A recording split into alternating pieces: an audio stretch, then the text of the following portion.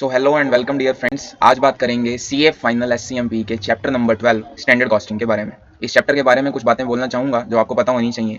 ये chapter examiner का favourite chapter है। ऐसा मैं क्यों बोल रहा हूँ? क्योंकि ज़्यादातर स्टूडेंट्स को इस चैप्टर में प्रॉब्लम आती है, और जिस भी चैप्टर में स्टूडेंट्स को प्रॉब्लम आई है, इतिहास गवाह है, वो एग्जामिनर का फेवरेट चैप्टर बना है। और कुछ इसी तरीके का चैप्टर है हमारा चैप्टर ऑफ स्टैंडर्ड कॉस्टिंग। और नाम में ही दर्द है, अगर आप नोट करेंगे, जिस चैप्टर के नाम में ही दर्द है उसे करने में थोड़ी दिक्कत तो आती है। बट हाँ, इस वीडियो को देख लेने के बाद मैं इतना तो एश्योर कर सकता हूँ कि किसी भी प्रैक्टिकल क्वेश्चन में आपको कोई दिक्कत आने नहीं वाली है। और एग्जाम में भी प्रैक्टिकल क्वेश्चन ही पूछे जाते हैं। अगर आप पूछोगे कि थियरी क्या पूछी जाएगी एग्जाम में इस पर्टिकुलर चैप्टर में से, मुझे नहीं लगता कोई भी चांस है। हाँ, अगर आएगा तो मैक्सिमम टू मैक्सिमम 4 मार्क्स का आपसे थियरी पूछ सकते हैं, वो भी अगर वो पूछना चाहें तो। अदरवाइज आपको यहाँ से प्रैक्टिकल क्वेश्चंस देखने को मिलते हैं, और हर एग्जाम में आपको 10 मार्क्स टू 20 मार्क्स तक के प्रैक्टिकल क्वेश्चन यहाँ से देखने को मिल जाते हैं दोस्तों। ठीक है, तो उस लिहाज से ये काफ़ी इंपॉर्टेंट चैप्टर हो जाता है। और अभी जो रिसेंट ट्रेंड मैंने देखा, आपको डिसीजन मेकिंग का जो चैप्टर है उसके साथ मिक्स होकर आपको ये चैप्टर देखने को मिल जाता है, और कुल मिला के हमें 14 to 16 मार्क्स का क्वेश्चन ऐसा देखने को मिलता है, जहाँ पे डिसीजन मेकिंग वाला जो चैप्टर है और ये वाला जो स्टैंडर्ड कॉस्टिंग का चैप्टर है, इनका एक कंबाइंड क्वेश्चन देखने को मिलता है। कुछ इसी तरीके का जो ट्रेंड है वो जुलाई 2021 एग्जाम्स में भी देखने को मिला था। तो उस हिसाब से मैं बोल सकता हूँ कि हो सकता है आगे भी इस तरीके के कंबाइंड क्वेश्चन देखने को मिले।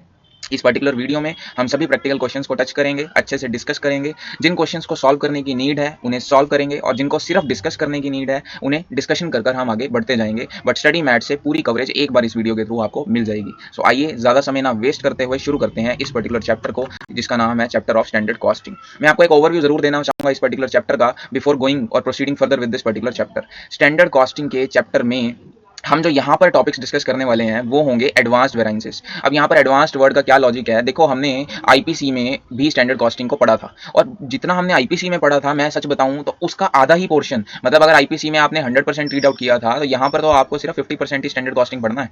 इस चैप्टर में आधे से ज़्यादा कॉन्सेप्ट्स तो टच ही नहीं किए स्टैंडर्ड कॉस्टिंग के, जो मेन कॉन्सेप्ट्स होते हैं। और जनरली अगर आपने किसी टीचर से क्लास ली है दोस्तों, तो वो आपको बेसिक से पढ़ाते हैं, और वो बनता भी है पढ़ाना, बिकॉज आपको बेस स्ट्रॉन्ग होना चाहिए। बट इस पर्टिकुलर वीडियो में मैं पहले ही आपको बता दूं कि हम आईसीआई के इस पर्टिकुलर मटेरियल में जितना भी पोर्शन है सिर्फ उसको कवर करने वाले हैं। मैं आईपीसी वाले बेसिक कॉन्सेप्ट्स ये मानकर चलता हूं कि आपको वो आते हैं। और एक बात बोलूं क्या, अगर वो नहीं भी आते होंगे ना, तो कोई खास दिक्कत नहीं आएगी आपको, अगर आप मेरे साथ ये क्वेश्चन एक बार समझ लेंगे तो। ठीक है, तो ये चैप्टर का ओवरव्यू हम देख रहे थे, और चैप्टर के ओवरव्यू में हम एडवांस वेरिएंसेस को टच करने वाले हैं, यानी हम आईपीसी वाले पोर्शन को टच नहीं करेंगे।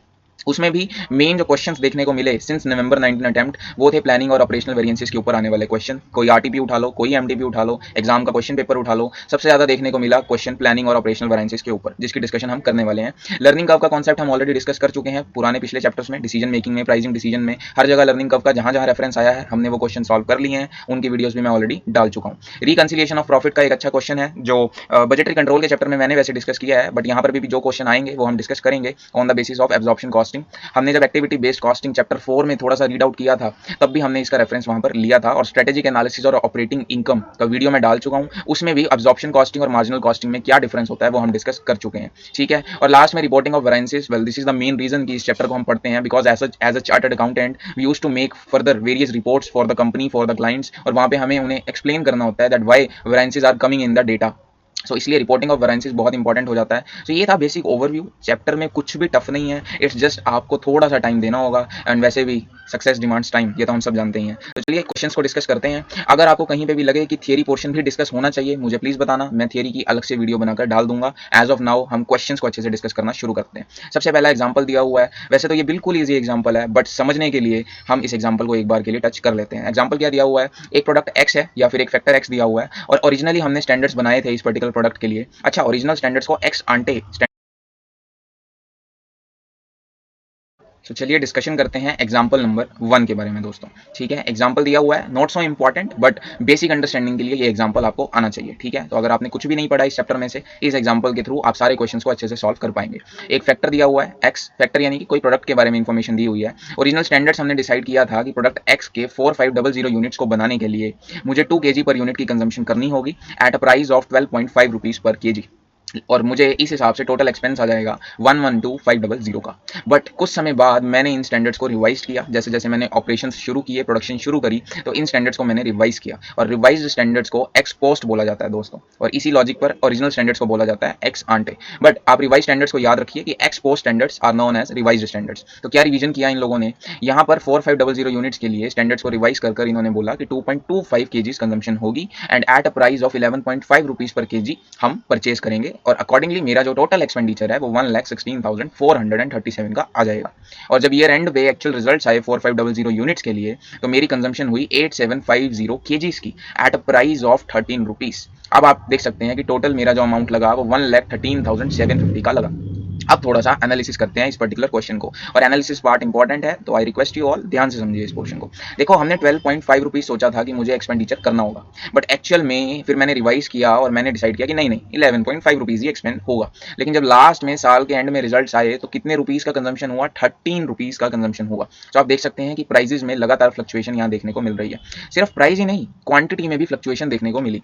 4500 यूनिट्स मुझे बनानी थी। ओरिजिनली मैंने सोचा कि पर यूनिट मुझे 2 kg की कंजम्पशन करनी होगी, बट लेटर ऑन मुझे पता चला कि नहीं नहीं 2.25 kg की कंजम्पशन होगी। और एक्चुअल में जब रिजल्ट आया दोस्तों, सो एक्चुअल में मेरी कंजम्पशन कितनी हुई? 8750 kg की मेरी एक्चुअल कंजम्पशन हुई। और अगर मैं इसे अपनी प्रोडक्शन से डिवाइड करूं तो मुझे पर यूनिट आंसर मिल जाएगा 8750 डिवाइड बाय में 4500 1.94। एक्चुअल में 1.94 केजी की मुझे कंजम्पशन करनी पड़ी दोस्तों। तो इस पर्टिकुलर एग्जांपल में मुझे प्राइस की वजह से भी वेरिएंसेस देखने को मिल रहे हैं और यूसेज की वजह से भी वेरिएंसेस देखने को मिल रहे हैं। सो अब हम करेंगे यहाँ पे वेरिएंसेस का कैलकुलेशन। कैसे कैसे किया हुआ है? सबसे पहले हमने यहाँ पर निकाली है ट्रेडिशनल वेरिएंसेस। ट्रेडिशनल वेरिएंसेस वो वेरिएंसेस हैं जो हमने अपनी आईपीसी में पढ़ी हुई हैं।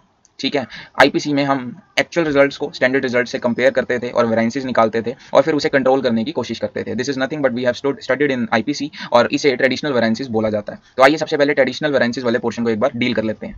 देखो, सबसे पहले मैं बात कर लेता हूँ मटेरियल यूसेज की। ठीक है, मैंने सोचा था कि 4500 यूनिट्स के लिए 2 kgs का कंजम्पशन होगा, तो मेरी टोटल कंजम्पशन आ जाएगी 9000 kgs की। बट एक्चुअल रिजल्ट्स देखो, सबसे पहले ट्रेडिशनल वेरिएंसेस में इस वाले पोर्शन का कोई काम नहीं है। हम ये वाली चीज डिस्कस नहीं करते थे कभी भी आईपीसी में। अभी तो मैं सिर्फ ओरिजिनल स्टैंडर्ड्स को एक्चुअल रिजल्ट से कंपेयर करने की कोशिश कर रहा हूँ दोस्तों। ठीक है, सो मैंने सोचा था 9000 kgs की कंजम्पशन होगी, बट एक्चुअल में 8750 kgs की कंजम्पशन हुई और मेरा स्टैंडर्ड प्राइस था 12.5 रुपीज का। तो मेरी अगर मैं कंप्यूटेशन यहाँ करूँ 3125 रुपीज की फेवरेबल वेरिएंसेस मुझे देखने को मिल रही है। और क्यों ना मिले? 4500 यूनिट्स बनाने के लिए मुझे जितना सामान लगाना चाहिए था मैंने उतना सामान लगाया ही नहीं, तो नेचुरली मुझे सेविंग तो होगी ना, और मैंने 3125 रुपीज सेव कर लिए। बट अगर मैं प्राइस वेरिएंसेस की बात करूं, मैंने सोचा था कि 12.5 रुपीज, अभी इसका फॉर्मूला भी डिस्कस कर लेंगे। मैंने सोचा था कि 12.5 रुपीज का एक्सपेंडिचर मुझे इंकर करना पड़ेगा पर केजी, बट एक्चुअल में तो मुझे 13 रुपीज लग गए 1 केजी को प्रोक्योर करने में। और 8750 केजीज जो मेरी एक्चुअल कंजम्पशन थी उसके लिए मुझे एडिशनल पेमेंट करनी पड़ी और टोटल एडवर्स वेरिएंसेस यहाँ पर आ गया 4375 का। अब अगर मैं टोटल वेरिएंस निकालने जाऊं, टोटल वेरिएंस कैसे निकाली है मैंने? यूसेज वेरिएंस और प्राइस वेरिएंस का टोटल अगर हम देखेंगे तो मुझे एडवर्स वेरिएंस देखने को मिलती है 1250 की। अब थोड़ा सा फॉर्मल जो इसके फॉर्मूलाज हैं मैं वो भी आपके साथ एक बार शेयर कर देना चाहूंगा ताकि आपको बाद में दिक्कत ना आए। ठीक है जी, सो आइए थोड़ा सा डिस्कशन यहाँ पे कर लेते हैं ट्रेडिशनल वेरिएंसेस का। ट्रेडिशनल वेरिएंसेस और कुछ नहीं है, जो हमने आईपीसी में पढ़ा है ये वही पोर्शन है। ठीक है, तो यहाँ पर हमने दो तरीके के वेरिएंसेस फिलहाल स्टडी किए हैं ट्रेडिशनल वेरिएंस के अंदर ही। सबसे पहला मेरा आ रहा है यहाँ पे यूसेज वेरिएंस, ठीक है, और दूसरा मेरा आ रहा है प्राइस वेरिएंस। मटेरियल के केस में मैं आपको बता देना चाहता हूँ, मटेरियल के केस में जब हम वेरिएंसेस निकालते हैं तो उन्हें हम बोलते हैं यूसेज और प्राइस वेरिएंस। लेकिन अगर मैं लेबर के केस में यही वेरिएंसेस निकालने जाऊँ, ठीक है, ये देखिए मैं यहाँ पे लिख देता हूँ, अगर हम लेबर के केस में ये वेरिएंसेस निकालने जाएं तो यूसेज वर्ड अच्छा नहीं लगता, इसलिए हम वहाँ पे वर्ड यूज करते हैं एफिशिएंसी। ठीक है, और प्राइस के बजाय हम वर्ड यूज करते हैं रेट। जी हाँ, लेबर रेट और लेबर एफिशिएंसी वेरिएंसेस हम निकालते हैं। चलिए एनी हाउ ये कंप्यूटेशन कैसे हुई ये देख लेते हैं। जब जब भी हमें यूसेज या एफिशिएंसी वेरिएंस निकालना है लेबर के केस में या मटेरियल के केस में, तो फॉर्मूला क्या होता है? फॉर्मूला होता है my original standard subtracted by my actual results, इन दोनों का difference multiply by my original price. ठीक है जी, या फिर इसको हम ऐसे भी बोल सकते हैं कि मेरा यूसेज, ओरिजिनल यूसेज यानी कि क्वांटिटी 0 कितनी थी, एक्चुअल यूसेज यानी कि क्वांटिटी 1 कितनी थी, और मेरा प्राइस जो मेरा स्टैंडर्ड प्राइस था वो कितना था। तो आप इस वाले फॉर्मूला को याद रख सकते हैं। बट आई मेंट टू से इज कि हमें स्टैंडर्ड प्राइस हमेशा रखना होता है जब जब भी हम क्वांटिटी की वेरिएंस को निकाल रहे होते हैं। I hope you are getting my point. लेकिन जब जब भी हम प्राइस की वेरिएंस को कंप्यूट करते हैं दोस्तों, ठीक है, तो हम यहाँ पर हमारा स्टैंडर्ड प्राइस लेते हैं, सब्ट्रैक्ट करते हैं उसे एक्चुअल प्राइस से, और जब क्वांटिटी लेनी होती है तब वहाँ पे हम एक्चुअल क्वांटिटी यूज लेते हैं दोस्तों। ठीक है, तो ये दो फॉर्मूले हैं जो आपको याद रहने ही चाहिए। इट्स जस्ट जब यहाँ पर मैं ये क्वांटिटी ले रहा हूँ, मैं आपको दिखाने की कोशिश करता हूँ, तब मैं ये एक्चुअल क्वांटिटी ले रहा हूँ, बट जब यहाँ पे मैं प्राइस को यूज करता हूँ तो मैं यहाँ पे स्टैंडर्ड प्राइस या ओरिजिनल प्राइस लेने की कोशिश करता हूँ। ठीक है, ये सब आपने आईपीसी में पढ़ा हुआ है। It's just I am trying to recall the basic concepts to you guys. इन सब का रीजन हम डेरिवेशंस में देखते हैं जो अभी हम यहाँ पर डिस्कशन नहीं कर रहे हैं, और सिमिलर वे में इन्हीं फॉर्मुलाज को यूज कर यहाँ पर इन्होंने ये सॉल्व किया हुआ है। देखो, हमने ओरिजिनली सोचा था कि मुझे 9000 केजीज कंज्यूम करने पड़ेंगे, बट एक्चुअल कंजम्पशन मेरी क्वांटिटी की हुई 8750 केजीज की, और मेरा स्टैंडर्ड प्राइस मैंने सोचा हुआ था 12.5 रुपीज का। तो जब मैंने सॉल्व किया मेरी यूसेज वेरिएंस कंप्यूट होकर आ गई दोस्तों। वैसे ही अगर मैं प्राइस वेरिएंस की बात करूं तो मैंने ओरिजिनल प्राइस सोचा था 12.5 रुपीज़ का, लेकिन एक्चुअल प्राइस मुझे लगा 13 रुपीज़ का, जिसे मैं P1 बोल रहा हूं यहाँ पर। ठीक है, और यहाँ पे मेरी एक्चुअल क्वांटिटी मैंने ली है दोस्तों 8750 की, यहाँ पर 9000 केजीज मैंने नहीं लिया है। तो आई थिंक आप इस चीज़ का ध्यान रखेंगे। अब समय आ गया है डिस्कशन को आगे बढ़ाने का। तो अगर आपको यहाँ तक की डिस्कशन समझ आ गई है, काइंडली एक बार इस वीडियो को रिकैप करके थोड़ा सा देख लीजिए, ताकि मैं अपनी अगली डिस्कशन अब यहाँ पे कर सकूँ। तो ठीक है, अगली डिस्कशन के लिए मैं थोड़ा सा स्पेस क्रिएट करना चाहूँगा, तो मैं यहाँ थोड़ा सा यहाँ पे रब कर लेता हूँ पहले, ताकि मैं आपको अच्छे से समझा पाऊँ। ठीक है, ट्रेडिशनल वेरिएंस की डिस्कशन हम ऑलरेडी कर चुके हैं। Just give me a second, मैं यहाँ पे थोड़ा सा स्पेस क्रिएट कर लेता हूँ।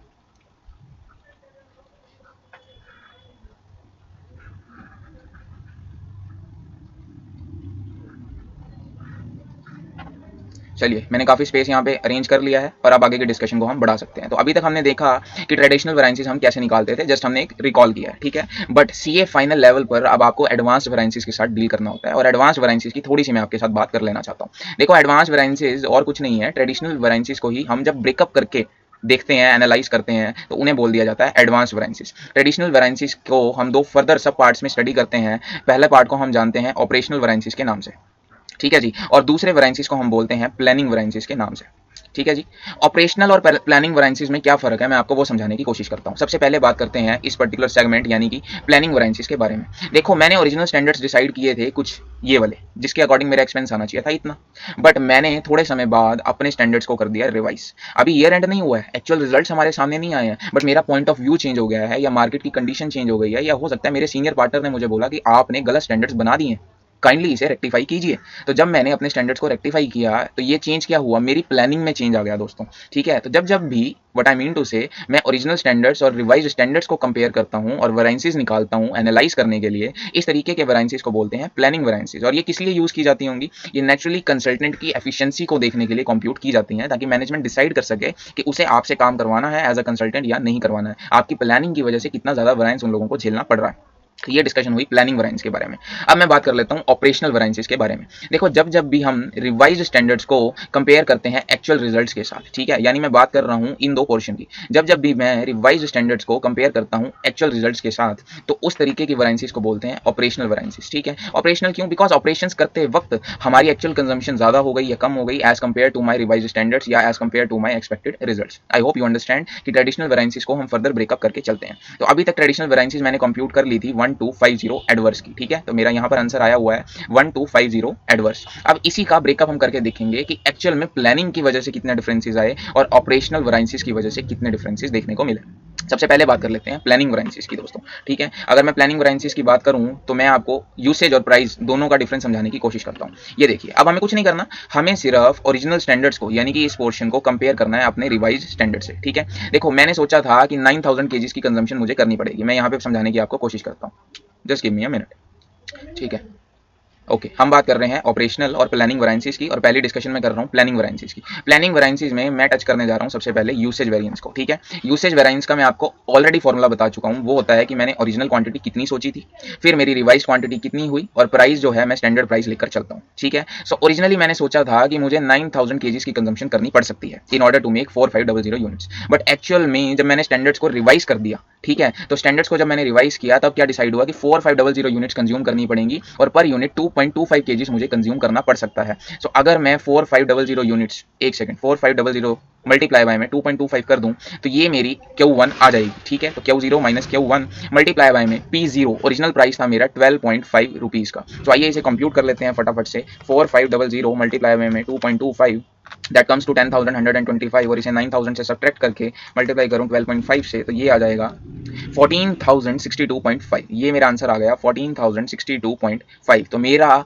प्लानिंग वेरिएंसेस की वजह से यूसेज वेरिएंस आ गया ₹14062.5 का दोस्तों। ठीक है, सिमिलर वे में एक बार प्राइस वेरिएंस निकालते हैं under the head planning variances. ठीक है जी, प्लानिंग वेरिएंस का फॉर्मूला मैं ऑलरेडी डिस्कस कर चुका हूं। ओरिजिनल प्राइस हमने क्या सोचा था, एक्चुअल प्राइस मेरा क्या आया, और जब मैं क्वांटिटी लूंगा तब मैं एक्चुअल क्वांटिटी का यूज करूंगा। तो ठीक है, मैंने सोचा था कि 12.5 रुपीज़ के प्राइस पर मैं प्रोक्योर करने वाला हूं, लेकिन जब मैंने स्टैंडर्ड्स को रिवाइज किया तो डिसाइड हुआ कि नहीं नहीं नहीं, 11.5 रुपीज़ के प्राइस पर हम ये इजीली प्रोक्योर कर सकते हैं। और क्वांटिटी एक्चुअल में मेरी कितनी यूज हुई है दोस्तों, एक्चुअल क्वांटिटी मेरी यहाँ पर 4500 यूनिट्स इंटू 2.25 मुझे लगा कि यूज़ होनी चाहिए, मतलब मैं रिवाइज्ड चीज़ को यहाँ पर उठा रहा हूँ।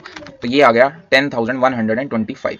ठीक है, आइए कंप्यूट कर लेते हैं इंटू तो ये मेरा बिल्कुल आंसर आ जाएगा ₹10,125। ठीक है, अगर अब मैं प्लानिंग वैरेंसीज का टोटल करूं तो मैं आपको नीचे दिखा देता हूं एक बार, ये देखिए बिल्कुल इन्होंने यूसेज वैरेंस निकाला है 14,062.5 का, प्राइस वैरेंस आया है 10,125 का जो मैंने यहाँ पे कंप्यूट किया, और अगर अब मैं टोटल वैरेंस निकालूं तो ये आ जाएगा 3937.5 का। ठीक है जी। सो अभी तक मैंने क्या कैलकुलेशन की, मैंने प्लानिंग वैरेंस को डिस्कशन करना शुरू किया था क्योंकि हम ट्रेडिशनल वैरेंस का ब्रेकअप देखना चाह रहे थे। सबसे पहले मैंने यूसेज वैरेंस को कंप्यूट किया और फिर मैंने कंप्यूट किया प्राइस वैरेंस को। ठीक है, और मुझे समझ आ गया कि प्लानिंग की वजह से, because of this planning portion, मेरे वैरेंस आ जाता है 3937.5 का। तो यहाँ पर मैं बिल्कुल लिख सकता हूँ कि प्लानिंग की वजह से वैरेंस आया 3937.5 का। दोस्तों आई होप आपको इतनी सी बात समझ आ गई, हमने प्लानिंग के अंडर भी यूसेज और प्राइस वेरिएंस को कंप्यूट कर लिया है। ठीक है, अब रह गया हमारा ऑपरेशनल वैरेंस का डिस्कशन। तो बिना टाइम वेस्ट किए हुए ऑपरेशनल वैरेंसेस के डिस्कशन को भी करते हैं शुरू। ठीक है, क्योंकि यहाँ स्पेस का इशू है, मैं थोड़ा सा आईसीआई के आंसर को ही यूज करूंगा आप लोगों को समझाने के लिए। तो देखिए ऑपरेशनल वैरेंसेस में हम क्या करते हैं, हम जब भी रिवाइज्ड स्टैंडर्ड्स को कंपेयर करते हैं एक्चुअल रिजल्ट से तो निकल कर आता है हमारा आंसर ऑपरेशनल वैरेंसीज का। तो देखते हैं क्या था फिर। हमने रिवाइज स्टैंडर्ड के अकॉर्डिंग सोचा था कि मुझे 10,125 केजीज कंज्यूम करने पड़ेंगे। ठीक है, ये मैंने कैसे निकाला है मैं बता चुका हूँ, 4500 यूनिट्स मल्टीप्लाई बाय में 2.25, जब मैं ये कंप्यूटेशन कर दूंगा तो मेरा 10,125 केजीज आता है। ठीक है, और एक्चुअल में कंजम्पशन करी मैंने 8750 केजीज की। तो टोटल मल्टीप्लाई बाय में ओरिजिनल प्राइस, और ये मेरा आ गया यूसेज वैरेंस 15812.5 का। सिमिलर वे में जब मैंने प्राइस वैरेंस कंप्यूट किया तो ओरिजिनल प्राइस था 11.5, सब्ट्रैक्ट किया 13 से, और एक्चुअल क्वांटिटी मेरी यूज हुई 8750 की। एक्चुअल में मेरा वैरेंस आया 13,125 का, और टोटल वैरेंस मेरी निकल कर आ गई 2687.5। ठीक है, यानी प्लानिंग की वजह से वैरेंस आया था 3937.5 का। ठीक है, और ये एक्चुअल में क्या आया था, ये आया था मेरा एडवर्स। और यहीं अगर यूसेज की वजह से, अगर मैं ऑपरेशनल के केस में बात करूं, मेरा टोटल वैरेंस आ जाता है 2687.5। अब आप ध्यान से यहां पर देख सकते हैं, अगर मैं ऑपरेशनल वैरेंस यानी कि इसको और प्लानिंग वैरेंस यानी कि इस फिगर को दोनों का ऐड अप कर दूं तो मेरा टोटल दोनों का आ जाएगा 1250, which is nothing but my traditional variance दोस्तों। ठीक है, सो आपको समझ आया। कंक्लूड कर लेते हैं कि अब हमने पूरे डिस्कशन में क्या समझा है। ठीक है, मैं थोड़ा सा साइड में लेकर चलूंगा आपको और अपनी डिस्कशन को आपको कंक्लूड करने की कोशिश करूंगा। आइए समझने की कोशिश कीजिए कि हमने अभी तक क्या समझा इस एग्जाम्पल के थ्रू। देखो, हम आईपीसी में पढ़ते थे कुछ वैरेंसीज स्टैंडर्ड कॉस्टिंग के चैप्टर में। इस पर्टिकुलर सेगमेंट में उन वैरेंसीज को बोला हुआ है ट्रेडिशनल वैरेंसीज। ठीक है, ट्रेडिशनल वैरेंसीज के फिर सीए फाइनल लेवल में हमने एडवांस वैरेंसीज को पढ़ा, और एडवांस वैरेंसीज और कुछ नहीं है, ट्रेडिशनल वैरेंसीज के ब्रेकअप को ही बोला गया है एडवांस वैरेंसीज। तो कौन कौन सी दो वैरेंसीज देखने को मिलती हैं, एक होती है हमारी ऑपरेशनल वैरेंस और एक होती है हमारी प्लानिंग वैरेंस। ठीक है जी। सो ट्रेडिशनल वैरेंस के दो फर्दर सब पार्ट्स हैं, ऑपरेशनल वैरेंस और प्लानिंग वैरेंस, और जब भी मैं ऑपरेशनल वैरेंस और प्लानिंग वैरेंस का टोटल कर देता हूं तो मेरे पास आ जाता है मेरा ट्रेडिशनल वैरेंस का कॉम्प्यूटेशन। ठीक है, अब अगर तो मुझे मटेरियल के केस में वैरेंसीज कंप्यूट करनी है तो मटेरियल के केस में दो ही रीजंस होते हैं वैरेंसीज के आने के, या तो वो वैरेंस आ सकती है because of my procurement price, या फिर वो वैरेंस आ सकती है because of my quantity usage. ठीक है, क्वांटिटी की वजह से आने वाली वैरेंस को बोलते हैं यूसेज वैरेंस, और प्राइस की वजह से आने वाली वैरेंस को बोलते हैं प्राइस वैरेंस। ठीक है, ये तो रहा मटेरियल का केस, लेकिन यहाँ मटेरियल की जगह कभी कभी हमें लेबर वैरेंस कंप्यूट करनी पड़ सकती है। तो लेबर के केस में हम यूसेज वर्ड को नहीं यूज करते हैं, हम वहाँ पे जो वर्ड यूज करते हैं वो होता है हमारा एफिशिएंसी वैरेंस, और प्राइस की जगह हम वहाँ पर वर्ड यूज करते हैं rate variance, because usage word labour के केस में सुनने में भी अच्छा नहीं लगता। ठीक है, सो चाहे ट्रेडिशनल वैरेंस हो वहां पे भी दो कंप्यूटेशन होंगी, या तो क्वांटिटी की या प्राइस की। वैसे ही जब हम ऑपरेशनल वैरेंस निकालेंगे तो वहां पे भी हम देखेंगे यूसेज वेरिएंस या हम देखेंगे प्राइस वेरिएंस, और प्लानिंग वैरेंस निकालते समय भी हम देखते हैं या तो यूसेज वेरिएंस या फिर हम कंप्यूट करेंगे प्राइस वेरिएंस। ठीक है जी। तो ये अभी तक की समरी थी। आई होप अगर आपने पहले पढ़ा हुआ है तो आप लोगों को समझ आ गया होगा, और पहले जिन्होंने नहीं भी पढ़ा हुआ उन लोगों के लिए मैंने काफी हद तक इसे समराइज कर दिया है। तो ये डिस्कशन को अब हम यहीं पे करते हैं स्टॉप और पढ़ते हैं अगले क्वेश्चन की तरफ। तो चलिए मैं आपको फटाफट से नेक्स्ट क्वेश्चन की तरफ भी ले चलता हूँ। ये एग्जाम्पल हमने पढ़ा, एक अच्छा एग्जाम्पल था, और मैंने काफी जल्दबाजी में नहीं डिस्कशन किया है, पूरा डिटेल्ड डिस्कशन किया है, बट अब हम थोड़ी सी स्पीड को इंक्रीज भी करने की कोशिश करेंगे जैसे जैसे क्वेश्चंस को हम आगे पढ़ते जाएंगे। सो इलस्ट्रेशन नंबर 1 दिया हुआ है, फटाफट से इसे रीड आउट करते हैं। HDR limited produces units and इंकर लेबर कॉस्ट। ये लेबर के ऊपर बेसिकली क्वेश्चन दिया हुआ है, ये हमें समझ आता है। A change in technology after the preparation of budget resulted in a 25 increase in standard labour efficiency. देखो ऐसा है, हमने HDR लिमिटेड के लिए बजट प्रिपेयर किया था और हमने सोचा था कि हमें कितनी कंजम्पशन लगेगी लेबर की कुछ पर्टिकुलर यूनिट्स को बनाने के लिए, और ये ओरिजिनल स्टैंडर्ड्स हमें दिए हुए हैं। हमने सोचा था कि 1100 यूनिट्स को बनाने के लिए पर यूनिट मुझे 1 आवर की कंजम्पशन लगेगी, और 1 आवर के लिए मुझे 10 रुपीज़ के हिसाब से पेमेंट करनी पड़ेगी। यानी मैंने ओरिजिनली सोचा था कि मुझे 1100 आवर्स की रिक्वायरमेंट होगी, और at the rate of 10 per hour मुझे टोटल पेमेंट करनी पड़ेगी 11,000 रुपीज़ की।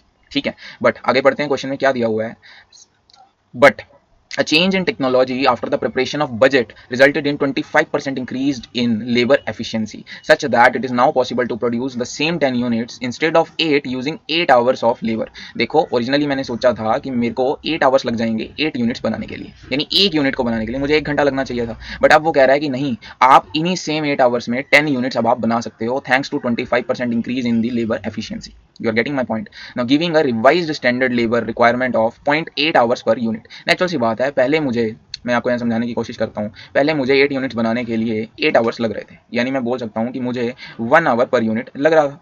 बट अब मैं 10 यूनिट्स बना सकता हूँ दोस्तों with in this same period of 8 hours, यानी एक यूनिट को बनाने के लिए अब मुझे सिर्फ 0.8 आवर पर यूनिट कंज्यूम होगा. Simple as that. ठीक है ना. So details of actuals and budgeted for the period 12 are given below. हमें ओरिजिनल के साथ अब ये रिवाइज स्टैंडर्ड दिया हुआ है जहाँ बोला हुआ है कि 1100 यूनिट्स बनाने के लिए 0.8 आवर्स पर यूनिट लगेगा और रेट सेम रहेगा 10 रुपीज़. तो मुझे एक्चुअल अब खर्चा करना पड़ेगा 8800 का, बल्कि जब हमने एक्चुअल रिजल्ट देखे तो मुझे वहाँ पता चला कि मुझे 1200 आवर्स की कंजम्पशन हुई. ओ माई गॉड.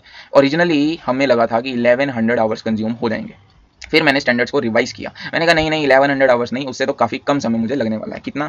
1100 मल्टीप्लाई बाय में 0.8. मैंने कहा नहीं मुझे तो सिर्फ 880 आवर्स ही लगेंगे इतने यूनिट्स बनाने के लिए. और जब एक्चुअल रिजल्ट सामने आया तो कितने थे? 1200 आवर्स की कंजम्पशन मुझे करनी पड़ी. सो बहुत ज़्यादा दिक्कत वाली बात हो गई है. तो हालांकि प्राइस के रिस्पेक्ट में थोड़ा सा हमें रिलीफ देखने को मिला, बिकॉज हम 10 रुपीज़ का प्राइस मान के चल रहे थे, बट एक्चुअली मुझे लेबर को सिर्फ 8.5 रुपीज़ ही देना पड़ा दोस्तों. तो वहाँ से मैंने कुछ सेविंग कर ली होगी और यही कारण है कि मुझे 10,200 में अपनी 1100 यूनिट्स मिल गई, प्रिपेयर हो गए. चलिए क्वेश्चन में क्या है? Calculate the variances by traditional variance analysis, हमने अभी समझा, and an approach which distinguishes between planning and operational variances. तो हमें ट्रेडिशनल वेरिएंसेस निकालना है और फिर उसके बाद उसे प्लानिंग और ऑपरेशनल वेरिएंसेस में ब्रेकअप भी करके दिखाना है और लास्ट में कमेंट भी करना है रिजल्ट्स के ऊपर. तो आइए टाइम ना वेस्ट करते हुए आईसीएम से ही समझने की कोशिश करते हैं. सबसे पहले ट्रेडिशनल वेरिएंसेस कंप्यूट किया है, मैं पहले ही बोल चुका हूँ. यूसेज की जगह यहाँ पे एफिशिएंसी वर्ड यूज होगा और प्राइस की जगह हम यहाँ पे रेट वर्ड यूज करेंगे. सो एफिशिएंसी वाइज देखें, हमने सोचा था हम ट्रेडिशनल वेरिएंसेस कैसे निकालते हैं, मैं फिर से बोल दूं, हम इस पर्टिकुलर पोर्शन को कंपेयर करेंगे इस पर्टिकुलर पोर्शन के साथ. ठीक है जी. सो 1100 आवर्स हमने सोचे थे, बट एक्चुअली 1200 आवर्स लगे at the standard price of 10 rupees. So मुझे 1000 का एडवांस वेरिएंस देखने को मिला. यहीं अगर मैं रेट वेरिएंस निकालूँ, मुझे था कि मुझे 10 रुपीज़ पे करने पड़ सकते हैं, बट एक्चुअल पेमेंट सिर्फ 8.5 की हुई एंड हेंस यहाँ पे मुझे 1800 का फेवरल वेरिएंस देखने को मिला और टोटल वेरिएंस मेरा आ गया 800 रुपीज़ का. सिमिलरली फिर मैंने operational variance, we all know how to calculate it, और फिर प्लानिंग वेरिएंसेस निकाला और इसका ब्रेकअप हमने करके दिखाया. तो इसकी यहाँ पे मैं समरी आपको दे देता हूँ.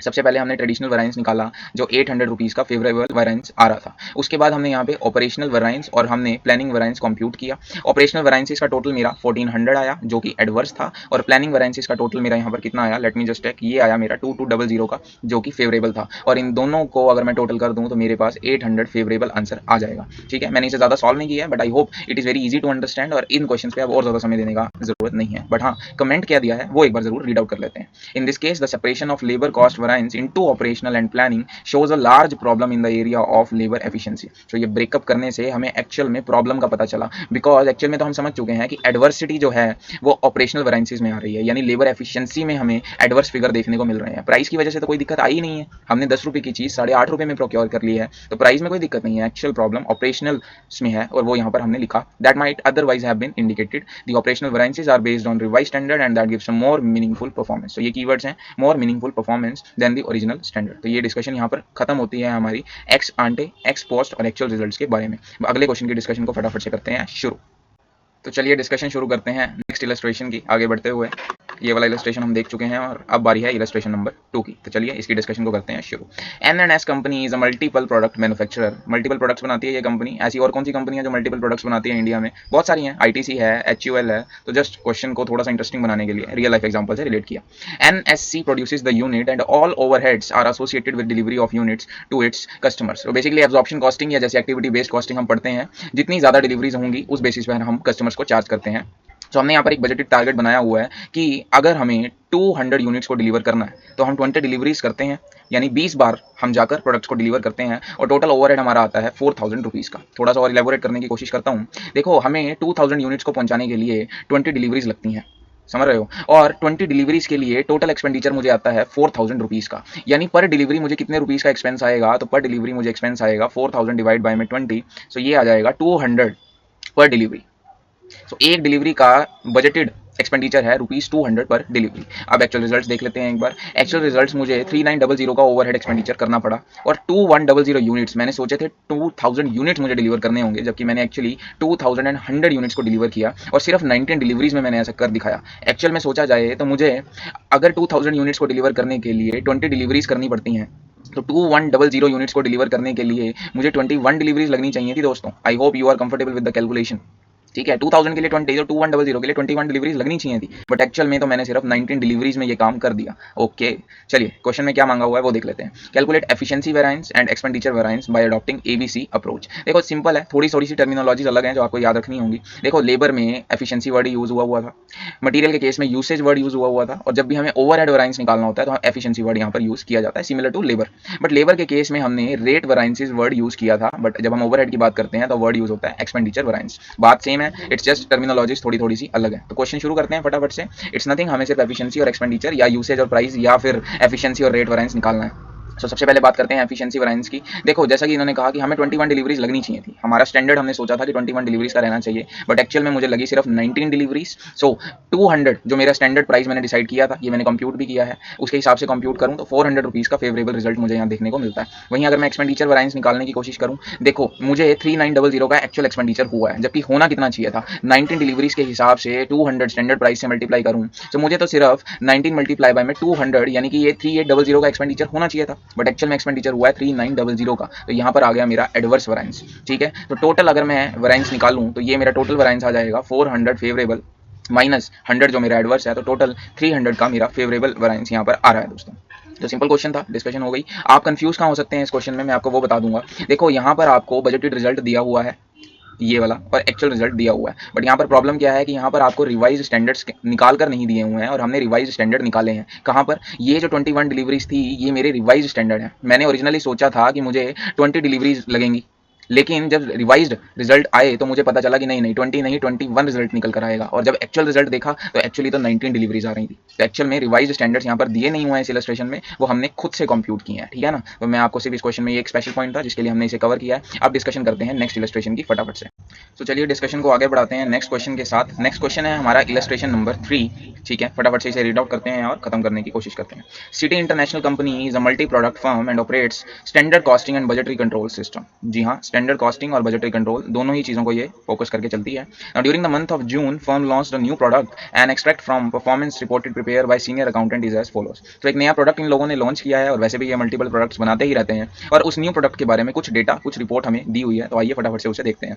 सबसे पहले हमें बताया हुआ है कि हमने सोचा था कि नए प्रोडक्ट के हम 30 यूनिट्स बनाएंगे, और हमें 30 यूनिट्स बनाने के लिए 180.74 आवर्स लग जाएंगे। ठीक है, और ऐसा करने के लिए मुझे टोटल कॉस्ट आएगी 119,288 की। यानी मैं यहाँ से कंक्लूड कर सकता हूँ, अगर मुझे पर आवर कॉस्ट निकालनी हो कि मेरी एक आवर की कॉस्ट कितनी होती है, तो मैं इजीली कंप्यूट कर सकता हूँ बाय 119,288। अगर मैं इसे डिवाइड कर दूँ 180.74 आवर्स से, 119,288 डिवाइड बाय में 180.74, ये आ गया मेरा 659.99। ओके, यहाँ पे मैं बोल सकता हूँ कि मेरे को टोटल आ जाएगा 660 पर आवर का खर्चा। तो एक घंटे के लिए मेरी कॉस्ट कितनी है, 660 रुपीज़ पर आवर की। बट एक्चुअल रिजल्ट्स भी हमें दिए हुए हैं जहाँ पर उन्होंने बोला हुआ है कि हमने एक्चुअल में सिर्फ 25 यूनिट्स ही बनाई हैं दोस्तों, और ऐसा करने के लिए मुझे 118 आवर्स अप्रॉक्सीमेटली लग गए, और मेरी कॉस्ट ऐसा करने में आई 79,704 की। इस क्वेश्चन को अगर मैं आपको समझाना चाहूँ ध्यान से, अभी जो हमने पुरानी इलस्ट्रेशंस देखी ना दोस्तों, उसमें हमें बजटेड डेटा दिया होता था, उसके बाद हमें रिवाइज्ड डेटा दिया होता था जो हम इस बजट को यूज करके रिवाइज करते थे,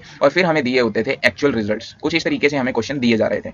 बट यहाँ पर हमें इन्होंने बजटेड फिगर्स तो दे दिए हैं दोस्तों, और एक्चुअल डेटा भी दे दिया है, बट ये वाला जो रिवाइज्ड वाला पोर्शन है ये लोग इन्होंने दिया नहीं है यहाँ पे। तो हमें रिवाइज्ड पोर्शन को भी पहले कैलकुलेट करना होगा, और उसके बाद हम प्रॉपर कंपैरिजन कर पाएंगे दोस्तों। बिकॉज एक्चुअली मुझे 25 यूनिट्स बनाई है मैंने, और बजट था 30 यूनिट्स के हिसाब से, और 30 यूनिट्स के हिसाब से और एक्चुअल रिजल्ट अगर 25 यूनिट्स के हिसाब से दिया हुआ है, तो ये इंटर कंपेरेबल नहीं होगा। या तो मुझे इस बजट को 25 यूनिट्स पर लाना पड़ेगा ताकि फिर मैं बजटेड और एक्चुअल फिगर्स को कंपेयर कर सकूं, या फिर मुझे ये रिवाइज्ड डेटा निकालना पड़ेगा। इसे दूसरी लैंग्वेज में मैं ऐसे बोल सकता हूं। तो चलिए आगे डिस्कशन को कंटिन्यू करते हैं। इस रिवाइज्ड डेटा को निकालने के लिए क्या इन्होंने कुछ डेटा दिया हुआ है वो देख लेते हैं। Senior accountant prepared performance report for new product on certain assumptions. ठीक है, but later on he realised, देखिए उन्होंने दिया हुआ है कि सीनियर अकाउंटेंट ने कुछ बजट प्रिपेयर किया था कुछ अजम्पशंस के बेस्ड पर, बट लेटर ऑन उसे समझ आया that this new product has similarities with other existing product of the company. Accordingly learning rate should be 80%। अब ये लाइन है डराने वाली।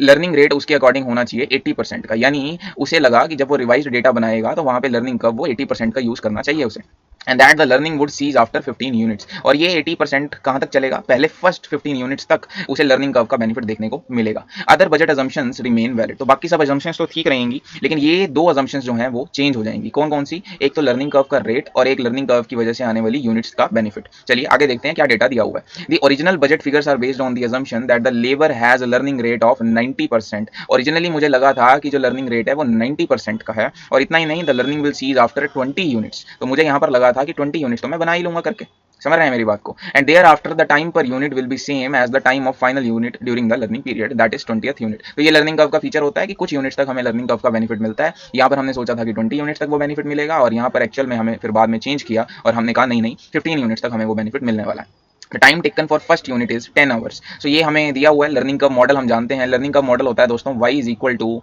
ए x raise to power b। ये फॉर्मूला आई होप आप लोग जानते हैं, आप लोगों ने किया हुआ है, और जिन लोगों ने नहीं किया हुआ है इसकी डिटेल्ड एक्सप्लेनेशन जो है वो मैंने ऑलरेडी समझा दी है। कहाँ पर, ये आपको मिलेगा प्राइसिंग डिसीजन के वीडियो में। प्राइसिंग डिसीजन का मैंने वीडियो ऑलरेडी अपलोड कर दिया है, कंप्लीट चैप्टर के क्वेश्चन हमने वहाँ सॉल्व किए थे, और स्पेशल एम्फेसिस दिया था हमने लर्निंग कर्व मॉडल के ऊपर। सिर्फ आधे घंटे की डिस्कशन है, अगर आपने नहीं किया हुआ है I request you please learning curve model pricing decision के वीडियो में जाके देख लीजिए, because learning curve model decision making के चैप्टर में भी है, प्राइसिंग डिसीजन के चैप्टर में भी है, स्टैंडर्ड कॉस्टिंग में भी है, और बजटेड कंट्रोल की थियरी में, बजटरी कंट्रोल की थियरी में भी थोड़ा सा रेफरेंस आया हुआ है लर्निंग कर्व का। So it's an important concept, but मैं यहाँ पर उसे दोबारा से सारा नहीं समझा रहा हूँ। प्लीज आप इस वीडियो को रेफर कीजिए, इसका लिंक मैं अभी आपको वीडियो में डाल दूंगा, ठीक है। सो हमने ये पढ़ा हुआ है, और यहाँ पर ये जो ए है, ये ए डिनोट करता है कि फर्स्ट यूनिट को बनाने के लिए कितना टाइम लगा, यानी ये जो फर्स्ट यूनिट को बनाने में 10 आवर्स लगे, वो बेसिकली हमें यहाँ पर यूज करना होगा। यहाँ पर ए की वैल्यू मुझे दी हुई है 10 आवर्स, ठीक है। What is the requirement of this particular question, it says show the variances that reconcile the actual labour figures. जो इस एक्चुअल डेटा को रिकंसाइल कर देगा रिवाइज्ड बजटेड फिगर्स के साथ। मुझे इस एक्चुअल को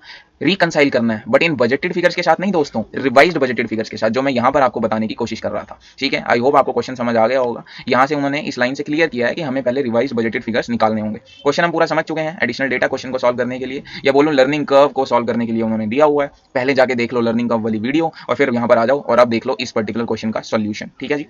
सबसे पहले लर्निंग का मॉडल मैं थोड़ा सा यहाँ पर ओवरव्यू दे देता हूँ। y is equal to A x plus b. Y क्या होता है, average time per unit x units को बनाने के लिए। फॉर एग्जांपल आपको 100 यूनिट्स बनाने हैं, 100 यूनिट्स बनाने के लिए पर यूनिट एवरेज टाइम आपको कितना लगेगा, यानी अगर आपको टोटल 100 यूनिट्स बनानी है तो लर्निंग कर्व मॉडल हमें बताता है कि एक यूनिट को बनाने के लिए मुझे एवरेज टाइम कितना स्पेंड करना होगा, ठीक है। लर्निंग कर्व मॉडल होता है y is equal to A x plus B. A का मतलब होता है कि पहली यूनिट को बनाने के लिए कितना टाइम लगा, जो इस क्वेश्चन में हमें दिया हुआ है कि हमें 10 आवर्स लगे हैं। x होता है टोटल नंबर ऑफ यूनिट्स जो हमने बनानी है, जैसे मेरे एग्जांपल में 100 यूनिट्स, और b होता है मेरा लर्निंग कोफिशिएंट, जो मुझे क्वेश्चन में दिया हुआ है कि मेरा 80% का लर्निंग रेट है, और 80% लर्निंग रेट पे मेरा जो कोफिशिएंट है वो होगा -0.322 का। इसकी भी डिटेल्ड एक्सप्लेनेशन हमने प्राइसिंग डिसीजन के वीडियो में की हुई है। चलिए आगे बढ़ते हैं डिस्कशन को।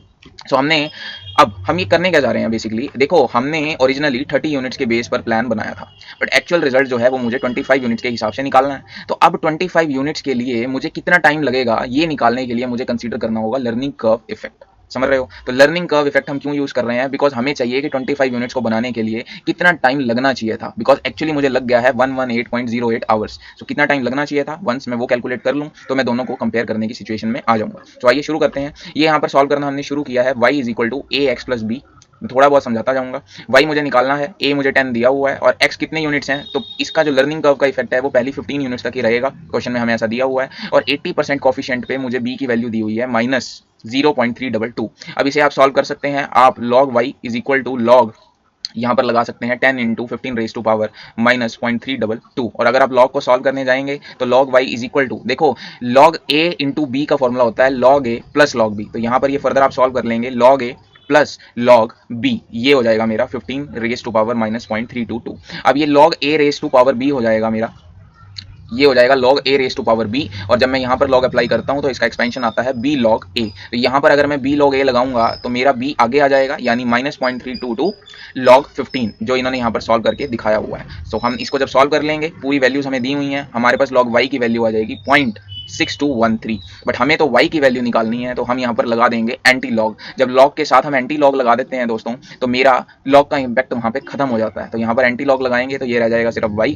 और एंटी लॉग ऑफ 0.6213 की वैल्यू मुझे क्वेश्चन में दी हुई है दोस्तों, विच इज 4.181 आवर्स। अब इसका मतलब क्या हुआ कि अगर मुझे टोटल 15 यूनिट्स बनानी है, जिसमें फर्स्ट यूनिट को बनाने के लिए मुझे 10 आवर्स लगते हैं और 80% का मेरा लर्निंग कर्व भी है, तो मुझे टोटल टाइम 15 यूनिट्स को बनाने में कितना लगेगा, 15 मल्टीप्लाई बाय में average time per unit 4.181 hours. तो मेरा आंसर आ जाएगा कि 15 यूनिट्स को बनाने के लिए मुझे लगते हैं 62.72 आवर्स। और 15 यूनिट्स के बाद मेरा लर्निंग कर्व इम्पैक्ट या इफेक्ट खत्म हो जाएगा, और जितना मुझे 15th यूनिट को बनाने में टाइम लगा, उतना ही टाइम मुझे बैलेंस 10 यूनिट्स को बनाने में लगेगा। इस लाइन का ये मतलब होता है, ठीक है। तो 15th यूनिट को बनाने में मुझे कितना टाइम लगा, this is something new. 15th unit को बनाने के लिए मुझे निकालना पड़ेगा कि मुझे 14 यूनिट्स को बनाने के लिए टोटल कितना टाइम लगा। तो मैं सबसे पहले 14 यूनिट्स को बनाने में कितना टाइम लगा वो कंप्यूट करूंगा, फिर 15 यूनिट्स को बनाने में कितना टाइम लगा वो कंप्यूट करूंगा, और दोनों को जब सब्ट्रैक्ट कर दूंगा तो मुझे 15th यूनिट को बनाने में स्पेसिफिकली कितना टाइम लगा, उसका आंसर मेरे सामने आ जाएगा। तो आइए 14th यूनिट या फिर टोटल 14 यूनिट्स को बनाने में कितना टाइम लगा, ये लॉग को सॉल्व करके यहाँ पर निकाला हुआ है, विच इज 59.85 आवर्स। और 15 यूनिट्स को बनाने में मुझे लगा 62.72 आवर्स। तो 15th यूनिट को बनाने के लिए स्पेसिफिकली मुझे लगा होगा कितना, 62.72 आवर्स माइनस 59.85 आवर्स। तो मुझे अराउंड 3 घंटे का अप्रॉक्सीमेट टाइम लगा उस एक पर्टिकुलर यूनिट को बनाने के लिए। तो फिर 10 यूनिट्स को बनाने के लिए मुझे कितना टाइम लगेगा, 10 यूनिट्स को बनाने के लिए मुझे लगेगा टाइम पर 1 यूनिट इंटू 10 यूनिट्स, तो टोटल ये आ जाएगा 28.7 आवर्स। सो पहले 15 यूनिट्स को बनाने के लिए मुझे लगेंगे 62.72 hours because of the learning curve effect, और फिर बैलेंस 10 यूनिट्स को बनाने में लगेंगे 28.70 आवर्स। इन टोटल मैं बोल सकता हूँ कि मुझे लगेंगे 25 यूनिट्स को बनाने के लिए 91.42 आवर्स का टाइम, ठीक है जी। तो अब मैंने निकाल लिया है, ये देखिए जो क्वेश्चन की डिस्कशन मैंने शुरू की थी, हम एक्चुअल में रिवाइज्ड फिगर्स को कंप्यूट करने की कोशिश कर रहे थे, और रिवाइज्ड फिगर्स में कंप्यूट कर चुका हूं। 25 यूनिट्स बनाने के लिए दोस्तों हमें टाइम लगा 118.08 आवर्स, जबकि हमने निकाल लिया है कि हमें लगने चाहिए थे सिर्फ 92 आवर्स अप्रॉक्सीमेटली। सो डेफिनेटली यहाँ पर अब मुझे वेरिएंसेस देखने को मिल रही हैं, और आइए फटाफट से वेरिएंसेस को कंप्यूट कर लेते हैं। स्टैंडर्ड एक्चुअल रेट यहाँ पर कंप्यूट किया हुआ है इन्होंने, स्टैंडर्ड और एक्चुअल रेट। स्टैंडर्ड रेट हम ऑलरेडी क्वेश्चन में निकाल चुके हैं जब हम क्वेश्चन पढ़ रहे थे, हमें 660 पर आवर का स्टैंडर्ड रेट हमने निकाला था, जबकि एक्चुअली अगर हम देखें तो मैंने 675 पर आवर के अकॉर्डिंग पेमेंट की हुई है। तो यहाँ पे मुझे प्राइस वेरिएंस या फिर मैं बोल सकता हूँ रेट वेरिएंस देखने को मिल जाएगा, मैंने क्योंकि ज्यादा रेट पर प्रोक्योर किया हुआ है, तो एडवर्स वेरिएंस मुझे यहाँ पे देखने को मिलेगा। वैसे ही अब वेरिएंसेस निकाल लेते हैं, सबसे पहले लेबर रेट और फिर लेबर एफिशिएंसी वेरिएंस निकालेंगे। रेट वेरिएंस मेरा एडवर्स ही आने वाला है, तो देख लेते हैं कि कितना एडवर्स आया है। आई होप आपने पुराने इलस्ट्रेशन अच्छे से देखे हैं। तो रेट वेरिएंस हम जानते हैं, हमने ओरिजिनली कितना रेट देने का सोचा था, एक्चुअल में हमने कितना रेट दिया, और रेट निकालते वक्त हम एक्चुअल क्वांटिटी का यूज करते हैं, ठीक है, या एक्चुअल यूसेज बोल लो या एक्चुअल एफिशिएंसी बोल लो, उसका यूज करते हैं। तो 660 हमारा स्टैंडर्ड रेट था विच इज P0, 675 हमारा एक्चुअल रेट है विच इज P1, और एक्चुअली मैंने कितना यूज किया वो है मेरा 118.08 आवर्स टोटल 25 यूनिट्स को बनाने के लिए। सॉल्व करेंगे तो टोटल एडवर्स वेरिएंस आ जाएगा 1771.20 का because of the rate. Efficiency की वजह से कितना वेरिएंस आया दोस्तों, तो इसका फॉर्मूला भी आप लोग जानते हैं, हम ऑलरेडी डिस्कस कर चुके हैं। तो एफिशिएंसी का वेरिएंस कितना आ जाएगा, मुझे 91.42 आवर्स लगने चाहिए थे लर्निंग कर्व की वजह से, बट एक्चुअल में मुझे 118.08 आवर्स लग गए। बहुत ज़्यादा डिफरेंस है, ये थोड़ा डिफरेंस नहीं होता इतने आवर्स का, और स्टैंडर्ड रेट है 660 रुपीज़ का। तो टोटल एडवर्स वेरिएंस आ गई 17,595.6 की दोस्तों। हमें एक स्टेटमेंट ऑफ रिकंसिलिएशन क्वेश्चन में बनाने को बोला हुआ है, और हम वो निकाल सकते हैं दोस्तों। देखो मैं आपको समझाने की कोशिश करता हूँ। टोटल मेरा जो यूज़ हुआ है, रेट की वजह से वेरिएंस आ रहा है 1771.2 का, एफिशिएंसी की वजह से वेरिएंस आ रहा है 17595.60 का, ठीक है। ये दोनों वेरिएंस मुझे यहाँ दिए हुए हैं, और एक्चुअली मुझे खर्चा कितने का आया दोस्तों, मुझे 79704 का खर्चा आया है, ठीक है। जबकि मुझे खर्चा आना कितना चाहिए था, तो वो सॉल्व करना कौन सी मुश्किल बात है। एक्चुअल खर्चा आया है 79704 का, बट दो एडवर्स वेरिएंसेस हैं जिन्हें अगर मैं सब्ट्रैक्ट कर दूं इसमें से, तो मेरे पास आ जाएगा वो अमाउंट जो मेरा एक्चुअल में एक्सपेंड होना चाहिए था in order to make those 25 units. तो 25 यूनिट्स बनाने के लिए मुझे इतना खर्चा आना चाहिए था, जबकि एक्चुअली इतना खर्चा आया है, और वेरिएंसेस मैं ऑलरेडी कंप्यूट कर चुका हूँ, ठीक है। तो ये यहाँ पर क्वेश्चन खत्म हो जाता है। ये जस्ट आईसीआई ने वेरीफाई करने के लिए हमें लास्ट में कंप्यूटेशन करके दिखाई है बजटेड लेबर कॉस्ट की, रिवाइज्ड कॉस्ट की, कि 25 यूनिट्स बनाने के लिए एफिशिएंसी रेट को ध्यान में रखते हुए कितनी कॉस्ट आनी चाहिए थी। तो standard price into standard quantity हमने यहाँ पर निकाला हुआ है। स्टैंडर्ड क्वांटिटी या स्टैंडर्ड आवर्स हैं हमारे 91.42 आवर्स, और स्टैंडर्ड रेट हम ऑलरेडी जानते हैं 660 का। तो ये आंसर आ जाएगा 6337 which is nothing but solve hair.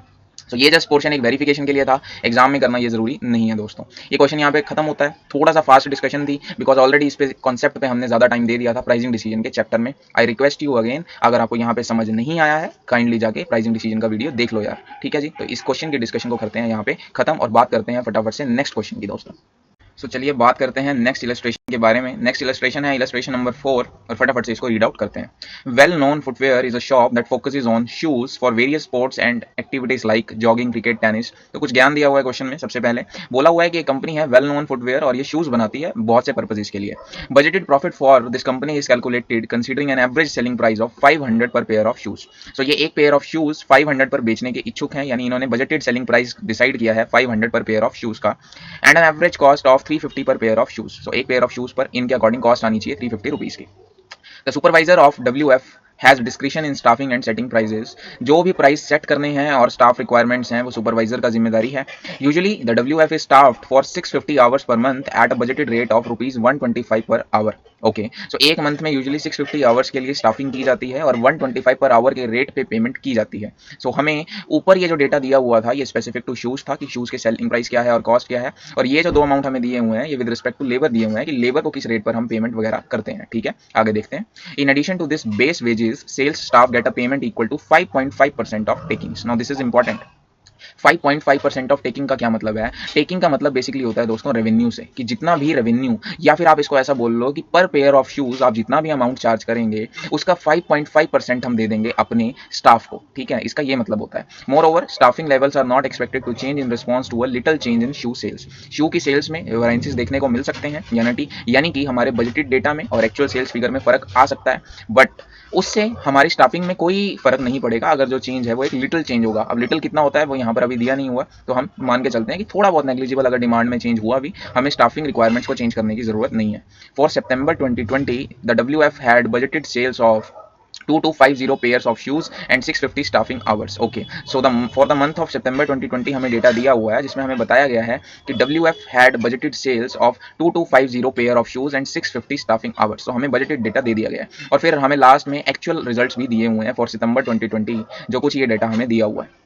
मैं आपको पहले ही बता चुका हूं कि हमें किसी भी क्वेश्चन में सीए फाइनल स्टैंडर्ड कॉस्टिंग का जब हम चैप्टर डील कर रहे हैं, हमें 3 डेटा को सर्च करना चाहिए हर क्वेश्चन में। क्या क्या? सबसे पहले तो मुझे बजटेड डेटा को फाइंड आउट करना चाहिए कि मुझे बजटेड डेटा कितना दिया हुआ है। इसे मैं दूसरी लैंग्वेज में बोलूँ तो मैं इसे स्टैंडर्ड डेटा भी बोल सकता हूँ। तो हमें सबसे पहले तो ये पता लगा लेना चाहिए, और स्टैंडर्ड डेटा के बारे में हमें यहाँ पर ये इन्फॉर्मेशन दी हुई है। उसके बाद मुझे पता लगाना चाहिए मेरा revised data, revised budgeted data जो हमने पुराने इलस्ट्रेशंस में देखा, और लास्ट में हमारे पास हमें देखना चाहिए हमारा एक्चुअल डेटा, और फिर हमें करना चाहिए तीनों का कंपैरिजन। ठीक है, अब इस पर्टिकुलर क्वेश्चन में मुझे ये बजटेड डेटा इन्होंने दिया हुआ है जो मैंने ये मार्क करके आपको दिखा दिया है।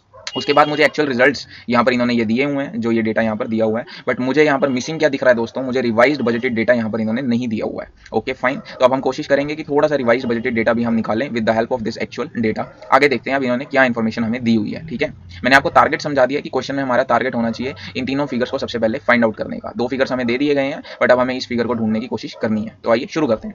हमें ये एक्चुअल डेटा दिया हुआ है, और एक्चुअल डेटा क्या है कि पेयर ऑफ शूज सोल्ड 2500। मैंने सोचा था बजटेड मैं कितने यूनिट सेल करने वाला हूँ, मैंने एज पर बजट सोचा था कि मैं 2250 पेयर ऑफ शूज सेल करने वाला हूँ। कहाँ दिया हुआ है? ये देखिए, ये यहाँ पर हमें बताया गया है कि हमने 2250 पेयर्स बेचने का सोचा था, बट एक्चुअली मैंने कितने सेल आउट कर दिए? मैंने एक्चुअली 2500 यूनिट्स सेल आउट कर दिए हैं दोस्तों। ठीक है फाइन, तो मुझे अगर अब रिवाइज डेटा निकालना है तो मुझे रिवाइज डेटा निकालना होगा 2500 यूनिट्स के अकॉर्डिंग, बिकॉज मेरा एक्चुअल डेटा मुझे कह रहा है कि हमने 2500 यूनिट सेल आउट किए हैं, जबकि बजटेड डेटा के अकॉर्डिंग तो मुझे 2250 यूनिट्स ही सेल आउट करने चाहिए थे। I hope you are getting कि मैं किस डायरेक्शन में क्वेश्चन को सॉल्व कर रहा हूँ। और अगर आप ऐसा चलेंगे एग्जाम में कोई भी क्वेश्चन आ जाए, आप अगर ये तीनों डेटास को ही सर्च कर लेंगे, आधे मार्क्स आपके वहां पे गारंटीड हो जाएंगे। आगे देखते हैं। रेवेन्यू मुझे दिया हुआ है 12 लाख रुपीस का दोस्तों। 12 लाख रुपीस हमने कैसे निकाला? श्योरली मैंने 2500 यूनिट्स को सेल आउट किया है at a selling price of, अगर मैं 12 लाख को डिवाइड कर दूं 2500 यूनिट से, तो मुझे 480 रुपीज़ का सेलिंग प्राइस मिल गया दोस्तों। ठीक है, और मैं आपको बता दूं यहाँ पर भी वेरिएंस देखने को मुझे मिल रही है, बिकॉज मैंने सोचा था कि मैं at a rate of 500 sell out करूंगा। ये देखिए, ये डेटा यहाँ पर दिया हुआ है। बजटेड सेलिंग प्राइस मैंने 500 का डिसाइड किया था, बट एक्चुअल में जो प्राइस आया है या रिवाइज्ड प्राइस आया है वो 480 का आया है। So you are getting my point, ये किस तरीके से सॉल्व हुआ है। ठीक है, आगे देखते हैं। मुझे कॉस्ट ऑफ शूज आई है 8,25,000 की। ये कैसे कैलकुलेट हुई होगी? 2500 यूनिट्स, और अगर मैं पर यूनिट कॉस्ट यहाँ पे निकालूँ 8,25,000 डिवाइड बाय में 2500 यूनिट्स, तो ये आ जाएगी मेरी 330 पर यूनिट की कॉस्ट आ जाएगी। तो यहाँ पे भी मुझे वेरिएंस देखने को मिल रहा है, बिकॉज मैंने सोचा था कि पर पेयर ऑफ शूज़ की कॉस्ट मुझे 350 की आएगी, जबकि एक्चुअल में कॉस्ट मुझे आई है 330 रुपीज़ की। अब यहाँ पे एक बड़ी अच्छी पॉइंट निकल के आती है, पता नहीं आपने नोट किया या नहीं किया, मेरा प्राइस या मेरी कॉस्ट 20 रुपीज़ से कम हुई, 350 से 330 हुई, तो मैंने अपने सेलिंग प्राइस को भी इमीडिएट इफेक्ट देते हुए 20 रुपीज़ से कम कर दिया। यानी जितना मेरा कॉस्ट कम हुआ, मैंने उतना ही बेनिफिट अपने कस्टमर को पास ऑन कर दिया। ये एथिकल वैल्यूज होती हैं किसी भी बिजनेस की, अगर आपने यहाँ पे नोट किया होगा। चलिए आगे डिस्कशन को बढ़ाते हैं। स्टाफ की एडिशनल पेमेंट मैंने करी 66,000 की। ये 66,000 कहाँ से आया दोस्तों? ये 5.5% ऑफ टेकिंग्स की बात की हुई है। मैंने आपको पहले ही बोला था कि जितना भी सेलिंग प्राइस होगा उसका 5.5% हम एडिशनल पेमेंट टू स्टाफ करने वाले हैं। तो ये ऐसे ही इन्होंने निकाला हुआ है। मैं आपको एक बार कंप्यूट करके दिखा देता हूँ। देखो टोटल सेल मेरी आ रही है 12 लाख रुपीज़ की, ठीक है। और 12 लाख रुपीज़ का अगर मैं 5.5% कैलकुलेट करूँ, 12 लाख मल्टीप्लाई बाय में 5.5%, तो मेरा आंसर आ जाएगा 66,000 का। तो ये मैंने अपनी सेल्स के ऊपर या अपनी टेकिंग्स के ऊपर 5.5% कमीशन कह सकते हो आप इसको। ये बेसिकली एक तरीके का कमीशन है दोस्तों, ठीक है, और कोई अमाउंट नहीं है, ठीक है। और उसके बाद बात कर लेते हैं staff base veg eight 125 per hour. अब ये क्या फिगर दिया हुआ है, ये समझने की हमें यहाँ पे ज़रूरत है, ठीक है। मैंने पहले ही बोला था, मैं आपको दिखाने की कोशिश करता हूँ। मैंने क्वेश्चन में बजटेड फिगर डिसाइड किए थे कि मुझे एक मंथ में 650 आवर्स की रिक्वायरमेंट होगी, at a rate of 125 per hour मैं पेमेंट करने वाला हूँ, ठीक है। यानी कि अगर मैं मल्टीप्लाई करूँ 650 आवर्स मल्टीप्लाई बाय में 125 पर आवर, तो मुझे टोटल खर्चा आना चाहिए था 650 मल्टीप्लाई बाय में 125, मेरे को टोटल कॉस्ट इंकर होनी चाहिए थी 81,250 रुपीज़ की, as per my original budget, या फिर मैं बोल सकता हूँ बजटेड डेटा के अकॉर्डिंग। बट मुझे एक्चुअल कॉस्ट कितनी आई? मुझे एक्चुअल कॉस्ट आई 78,125 की। 78,125 डिवाइड बाय में 125, तो मुझे 625 आवर्स की ही रिक्वायरमेंट लगी। मैंने सोची थी कि मुझे 650 आवर्स की रिक्वायरमेंट लगेगी, बट मुझे एक्चुअल में 625 आवर्स की ही रिक्वायरमेंट लगी, एंड हेंस मुझे जो पेमेंट करनी पड़ी वो करनी पड़ी 78,125 की। ओके, अब प्रॉफिट मेरा टोटल आ गया 2,30,875। 12 लाख में से मैंने पहले 8,25,000 को सब्ट्रैक्ट किया, फिर 66,000 और फिर 78,125 को सब्ट्रैक्ट किया, तो मेरा आंसर आ जाएगा दोस्तों 2,30,875। ये मैंने क्वेश्चन को पूरा एनालाइज कर लिया है, जितना डेटा दिया था पूरा डिस्कशन किया है। एग्जाम में ऐसा नहीं करना है आपने। एग्जाम में आपने क्वेश्चन की रिक्वायरमेंट को पहले पढ़ लेना है और फिर उस हिसाब से एनालिसिस करना है। It's just to make you understand that I have done the analysis in such a manner.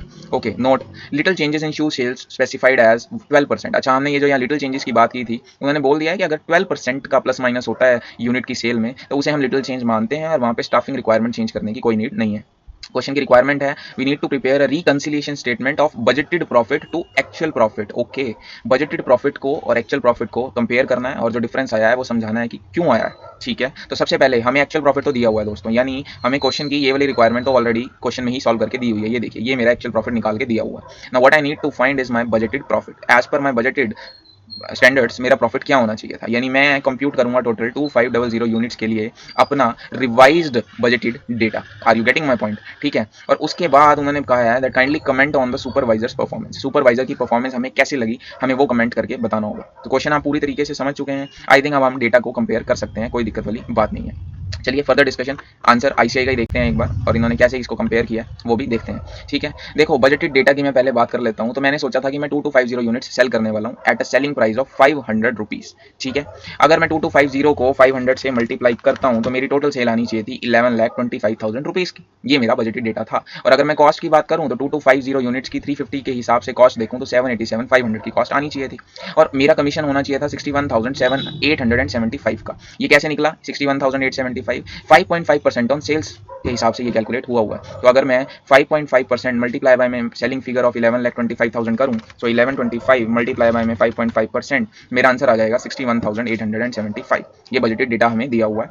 या इसकी दूसरी कैलकुलेशन आईसीआई ने निकाली है with the help of this commission rate. इन्होंने सेलिंग प्राइस के ऊपर 5.5% कैलकुलेट किया, जो आया 27.5, और 27.5 को इन्होंने मल्टीप्लाई कर दिया टोटल यूनिट से। तो इधर वे आप जैसे सॉल्व करना चाहें कर सकते हैं, कोई दिक्कत नहीं है। जस्ट कमीशन का अमाउंट आपका सही आना चाहिए। और हमने स्टाफ को बेस वेज भी पे किए हैं 8,125 का। ये कैसे आया था, ये मैंने आपको क्वेश्चन रीड आउट करते वक्त समझाने की कोशिश की थी, और ये देखिए मैंने यहाँ पर ये आपको कैलकुलेट करके भी दिखाया था। हम बजटेड फिगर्स बनाते वक्त सोच रहे थे कि हमें एक मंथ में 650 आवर्स की रिक्वायरमेंट होगी, और 125 पर आवर के रेट पर जब हम पे करेंगे तो टोटल पेमेंट हमें करनी पड़ेगी 81,250 की। ऑल्दो ये अलग बात है कि हमने एक्चुअली 78,000 का ही खर्चा किया है दोस्तों, ठीक है। सो बजटेड डेटा किस तरीके से एनालाइज किया वो आप देख चुके हैं। एक्चुअल डेटा जो था वो हमें दिया हुआ है, हमने एक्चुअल में 2500 यूनिट्स की सेल की है at a selling price of 480, तो टोटल सेल हो गई 12 लाख।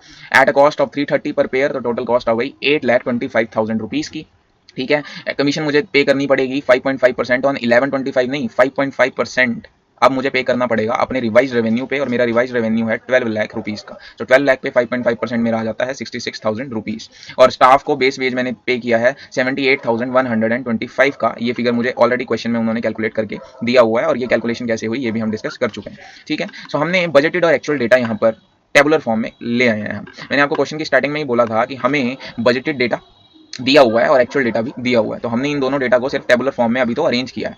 अब काम शुरू होता है बेसिक इस रिवाइज्ड डेटा को कैलकुलेट करने का, and this is the main task. मैंने आपको स्टार्टिंग में ही बताया। तो अब हम निकालते हैं अपना रिवाइज्ड डेटा, जिससे हमें पता चलेगा कि क्यों डिफरेंसेस आए मेरे बजटेड और एक्चुअल प्रॉफिट्स में। ठीक है, सो हमें बजटेड डेटा दिया हुआ है, एक्चुअल डेटा भी दिया हुआ है, और यहाँ पर अब मैं कोशिश करूंगा अपना रिवाइज्ड डेटा कैलकुलेट करने की। ठीक है जी, देखो मेरी टोटल रेवेन्यू आई है 12 लाख रुपीज की, बट अगर मैं कंसीडर करूं 2500 यूनिट्स को, अगर मैं स्टैंडर्ड रेट पे, स्टैंडर्ड रेट कितना था एक पेयर का, 500 पर पेयर का स्टैंडर्ड रेट था, तो मेरा 2500 मल्टीप्लाई बाय में 500, मेरी टोटल सेल अमाउंट कितनी होनी चाहिए थी दोस्तों? मेरी टोटल सेल अमाउंट होनी चाहिए थी 12,50,000 रुपीज की। फाइन, तो 12,50,000 की मेरी सेल होनी चाहिए थी, जबकि एक्चुअली सेल हुई है 12 लाख रुपीज की। तो मेरा यहाँ पर सेल्स वॉल्यूम वेरिएंस आ गया 50,000 रुपीज का, और वो कैलकुलेशन कुछ नीचे इन्होंने की भी होगी आई गेस। एक मिनट मैं देख लेता हूँ। ये देखिए, इन्होंने हमें करके बताया हुआ है सेल्स प्राइस में वेरिएंस आ रही है हमारी 50,000 रुपीज की एडवर्स की, बिकॉज सेल होनी चाहिए थी 12,50,000 और एक्चुअल सेल हुई है 12 लाख रुपीज की। ठीक है, तो हमने रिवाइज्ड डेटा को कंपाइल करना शुरू किया, और सबसे पहला डेटा मैंने उठाया अपने रेवेन्यू वाले फिगर का। सिमिलर वे में मैं अपनी कॉस्ट के लिए रिवाइज्ड डेटा कैलकुलेट करूंगा। देखो 2500 यूनिट्स मैंने सेल आउट की हैं, ठीक है, और पर यूनिट अगर मैं स्टैंडर्ड के हिसाब से कॉस्ट निकालता तो 350 मेरी स्टैंडर्ड कॉस्ट थी मेरे बजट के अकॉर्डिंग, और 2500 मल्टीप्लाई बाय में 350 मेरी कॉस्ट आनी चाहिए थी 8,75,000 रुपीज़ की, जबकि एक्चुअल मेरी कॉस्ट आई है 8,25,000 रुपीज़ की। तो यहाँ से मैं कंक्लूड कर सकता हूँ कि मेरी सेल्स कॉस्ट वेरिएंस आएगी 50,000 रुपीज़ की, बिकॉज आनी चाहिए थी 875 और आई 825। ठीक है जी, तो हमने सेल प्राइस और शू कॉस्ट वेरिएंस दोनों ही यहाँ पे निकाल लिए हैं। अब बाकी दो एक्सपेंसेस की बात कर लेते हैं। ठीक है, जो क्वेश्चन में डेटा दिया हुआ है जस्ट मैं वही कर रहा हूँ, मैंने इसको सॉल्व कर लिया है, इसे सॉल्व कर लिया है। अब बारी है इस पर्टिकुलर यूनिट की। एडिशनल पेमेंट आप देख सकते हैं हमें देनी चाहिए थी 12.50 लाख पे 5.5%। अगर मैं 12,50,000 पे 5.5% निकालूं तो मुझे तो 68,750 की पेमेंट करनी चाहिए थी, जबकि एक्चुअल पेमेंट हुई है 66,000 की, और ओरिजिनल बजट के अकॉर्डिंग पेमेंट होनी चाहिए थी 61,875 की। तो हमारी कमीशन में कितना डिफरेंस देखने को मिला, ये देखिए 68,750 माइनस 66,000। 68,750 कैसे आया मैं आपको बता चुका हूँ।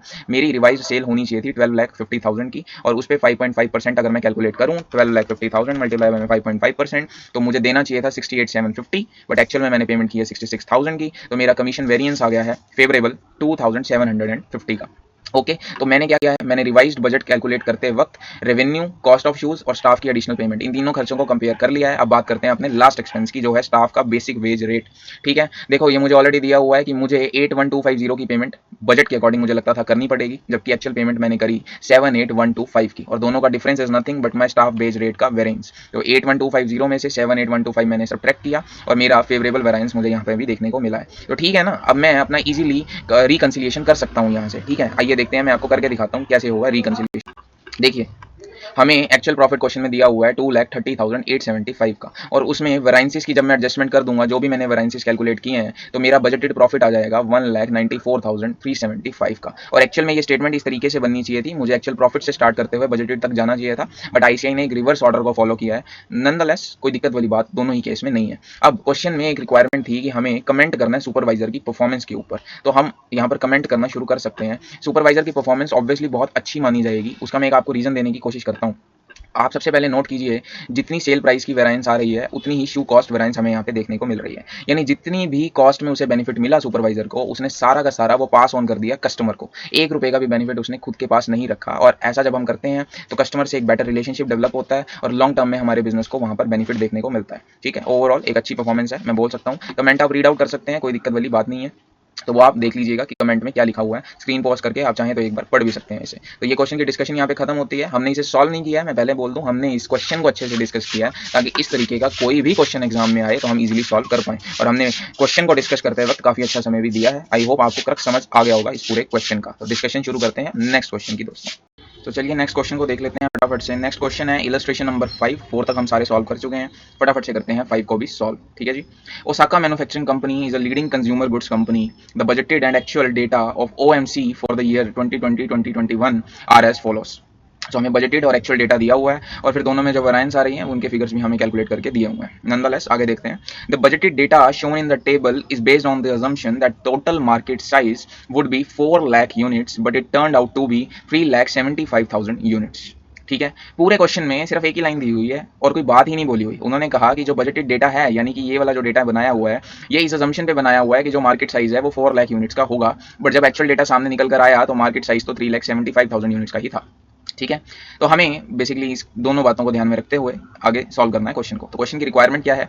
Prepare a statement showing reconciliation of budgeted profit यानी कि 519000 टू एक्चुअल प्रॉफिट यानी कि 288750 through marginal costing approach for the year in much detail as possible. वो कह रहा है जितना ज्यादा क्वेश्चन को डिटेल्ड एनालिसिस कर सकते हो करो, और जितनी ज्यादा एनालिसिस कर कर हमें आंसर दे सकते हो आंसर दो। आंसर क्या देना है हमें? बेसिकली रिकंसाइल करके दिखाना है कि 519 हमने सोचा था कि इतना प्रॉफिट अर्न करेंगे और एक्चुअल में अर्न किया 2,88,000।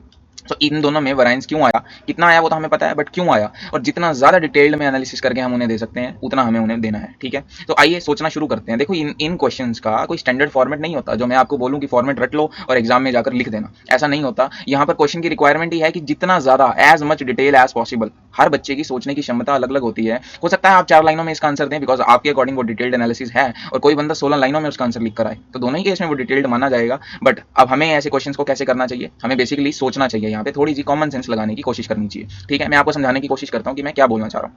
देखो, मुझे बेसिकली रिकंसिलिएशन बनाना है। रिकंसिलिएशन किसका बनाना है? मुझे रिकंसिलिएशन बनाना है प्रॉफिट का। मेरे एक्चुअल प्रॉफिट में और बजटेड प्रॉफिट में क्यों फर्क आ रहा है, मुझे बेसिकली वो चीज समझानी है इन्हें। अब प्रॉफिट का सिंपल सा फॉर्मूला होता है दोस्तों, sales minus cost is equal to my profit. यानी कि अगर मेरा प्रॉफिट कम हो रहा है जैसा कि इस पर्टिकुलर क्वेश्चन में दिया हुआ है, तो उसका मेन रीजन क्या हो सकता है दोस्तों?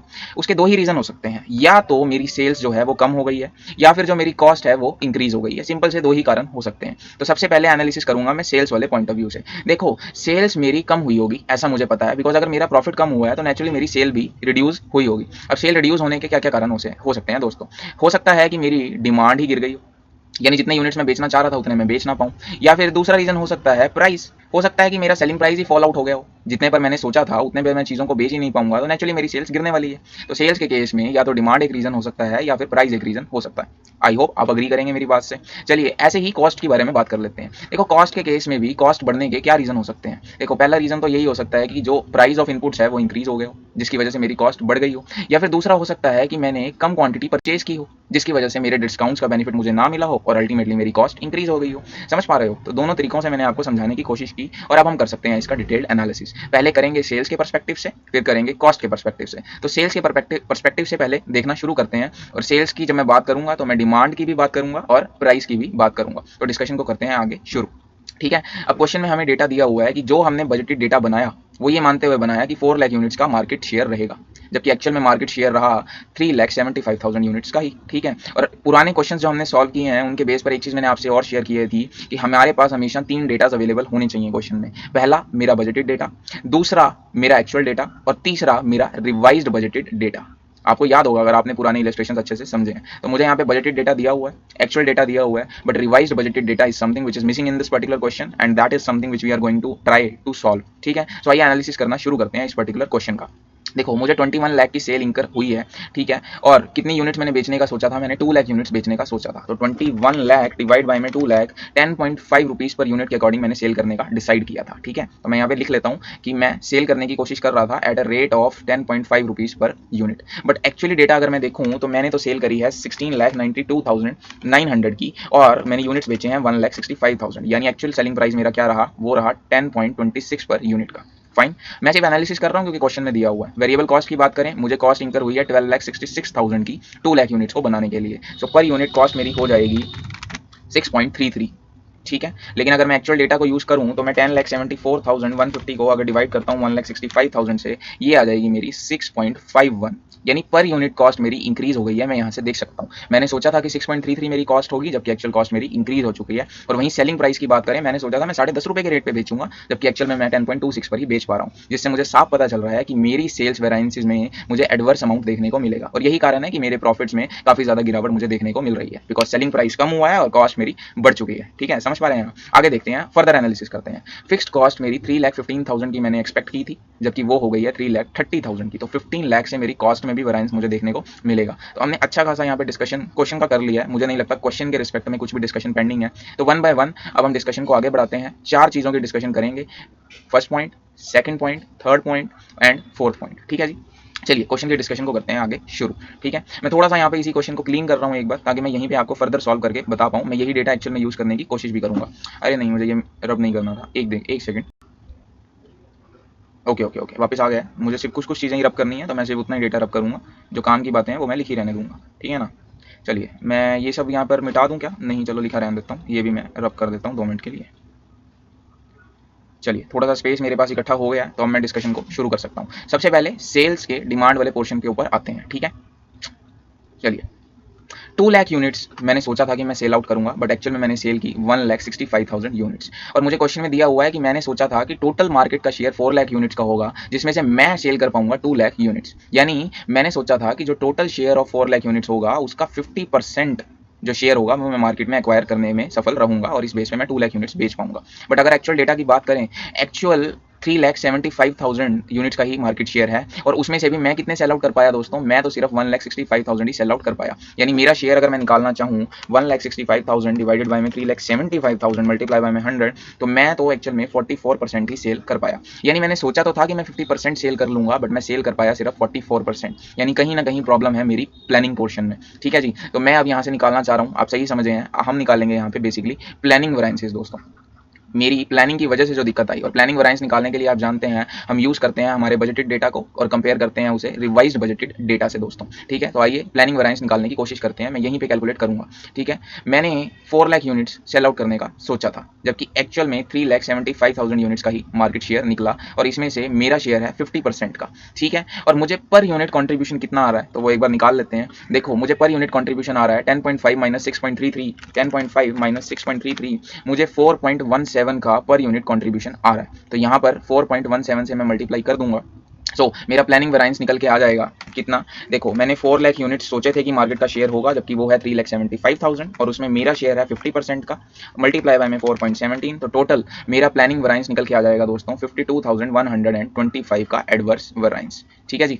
तो ये था हमारा प्लानिंग वेरिएंस। इसी तरीके से मैं निकालूंगा अपना ऑपरेशनल वेरिएंस। ऑपरेशनल वेरिएंस निकालने के लिए हम जानते हैं कि हम यूज करते हैं अपने रिवाइज्ड बजटेड डेटा को और कंपेयर करते हैं अपने एक्चुअल डेटा से, ठीक है। जिस तरीके से प्लानिंग वेरिएंस निकाला है उसी तरीके से ये वाले वेरिएंसेस भी कंप्यूट होंगे, और जब मैं ये दोनों वेरिएंसेस निकाल लूंगा तो मेरा ये डिमांड वाला सेगमेंट पूरा हो जाएगा। तो आइए देखते हैं आंसर में सीधा सीधा समय ना वेस्ट करते हुए। तो देखिए बेसिक वर्किंग्स इन्होंने कुछ कर रखी हैं, वो ऑलरेडी मैं डिस्कस कर चुका हूँ। तो जी हाँ, इन्होंने कुछ बेसिक वर्किंग्स की हैं, नथिंग टू डिस्कस। सीधा कैलकुलेशन ऑफ वेरिएंसेस पे बात करते हैं। सबसे पहले इन्होंने सेल्स वेरिएंसेस को निकालना शुरू किया है और प्लानिंग वेरिएंस निकाली है। प्लानिंग वेरिएंस 52,125 की आई है, जो मैंने आपके साथ डिस्कशन कर लिया है। अब बात करते हैं ऑपरेशनल वेरिएंसेस की। देखो एक्चुअल में 3,75,000 यूनिट्स और पर यूनिट 4.17 का कॉन्ट्रीब्यूशन है, बट ऑपरेशनली क्या दिक्कत आई? हम सोच रहे थे कि 50% शेयर हम एक्वायर कर लेंगे, जबकि एक्चुअल में 44% शेयर ही हम एक्वायर कर पाए, जिस वजह से 93,825 की adverse variances due to operational point मुझे देखने को मिला।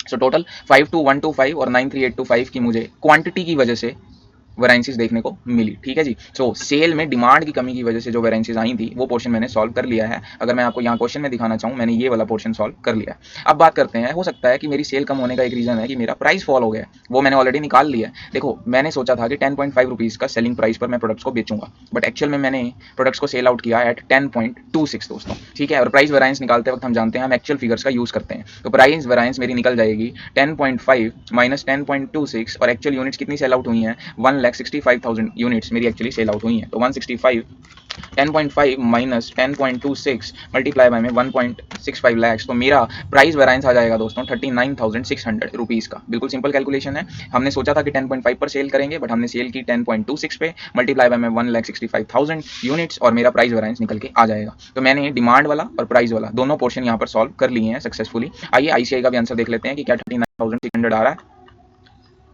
हाँ, तो ये आईसीआई ने भी निकाला हुआ है सेल प्राइस वेरिएंस 39,600 का एडवर्स। तो मैंने सेल वाला पोर्शन पूरा का पूरा सॉल्व कर लिया है। हमने यहाँ पर सेल वाला पोर्शन मैं आपको मार्क करके दिखाता हूँ, सेल वाला पोर्शन भी हमने डिस्कस कर लिया है, उसमें डिमांड और प्राइस की वजह से आने वाले वेरिएंसेस हमने निकाल लिए हैं। अब रह गई कॉस्ट की बात, आइए कॉस्ट की बात भी कर लेते हैं। देखो कॉस्ट में सीधा सीधा मुझे दिख रहा है कि जो मेरी फिक्स्ड कॉस्ट है यारों वो इंक्रीज हो गई है, 3,15,000 से 3,30,000 हो गई है, यानी फिक्स्ड कॉस्ट वेरिएंस 15,000 का मुझे सीधा सीधा देखने को मिल रहा है। और दूसरी कॉस्ट मुझे दी हुई है वेरिएबल कॉस्ट। अब वेरिएबल कॉस्ट वेरिएंस की एक बार डिस्कशन कर लेते हैं।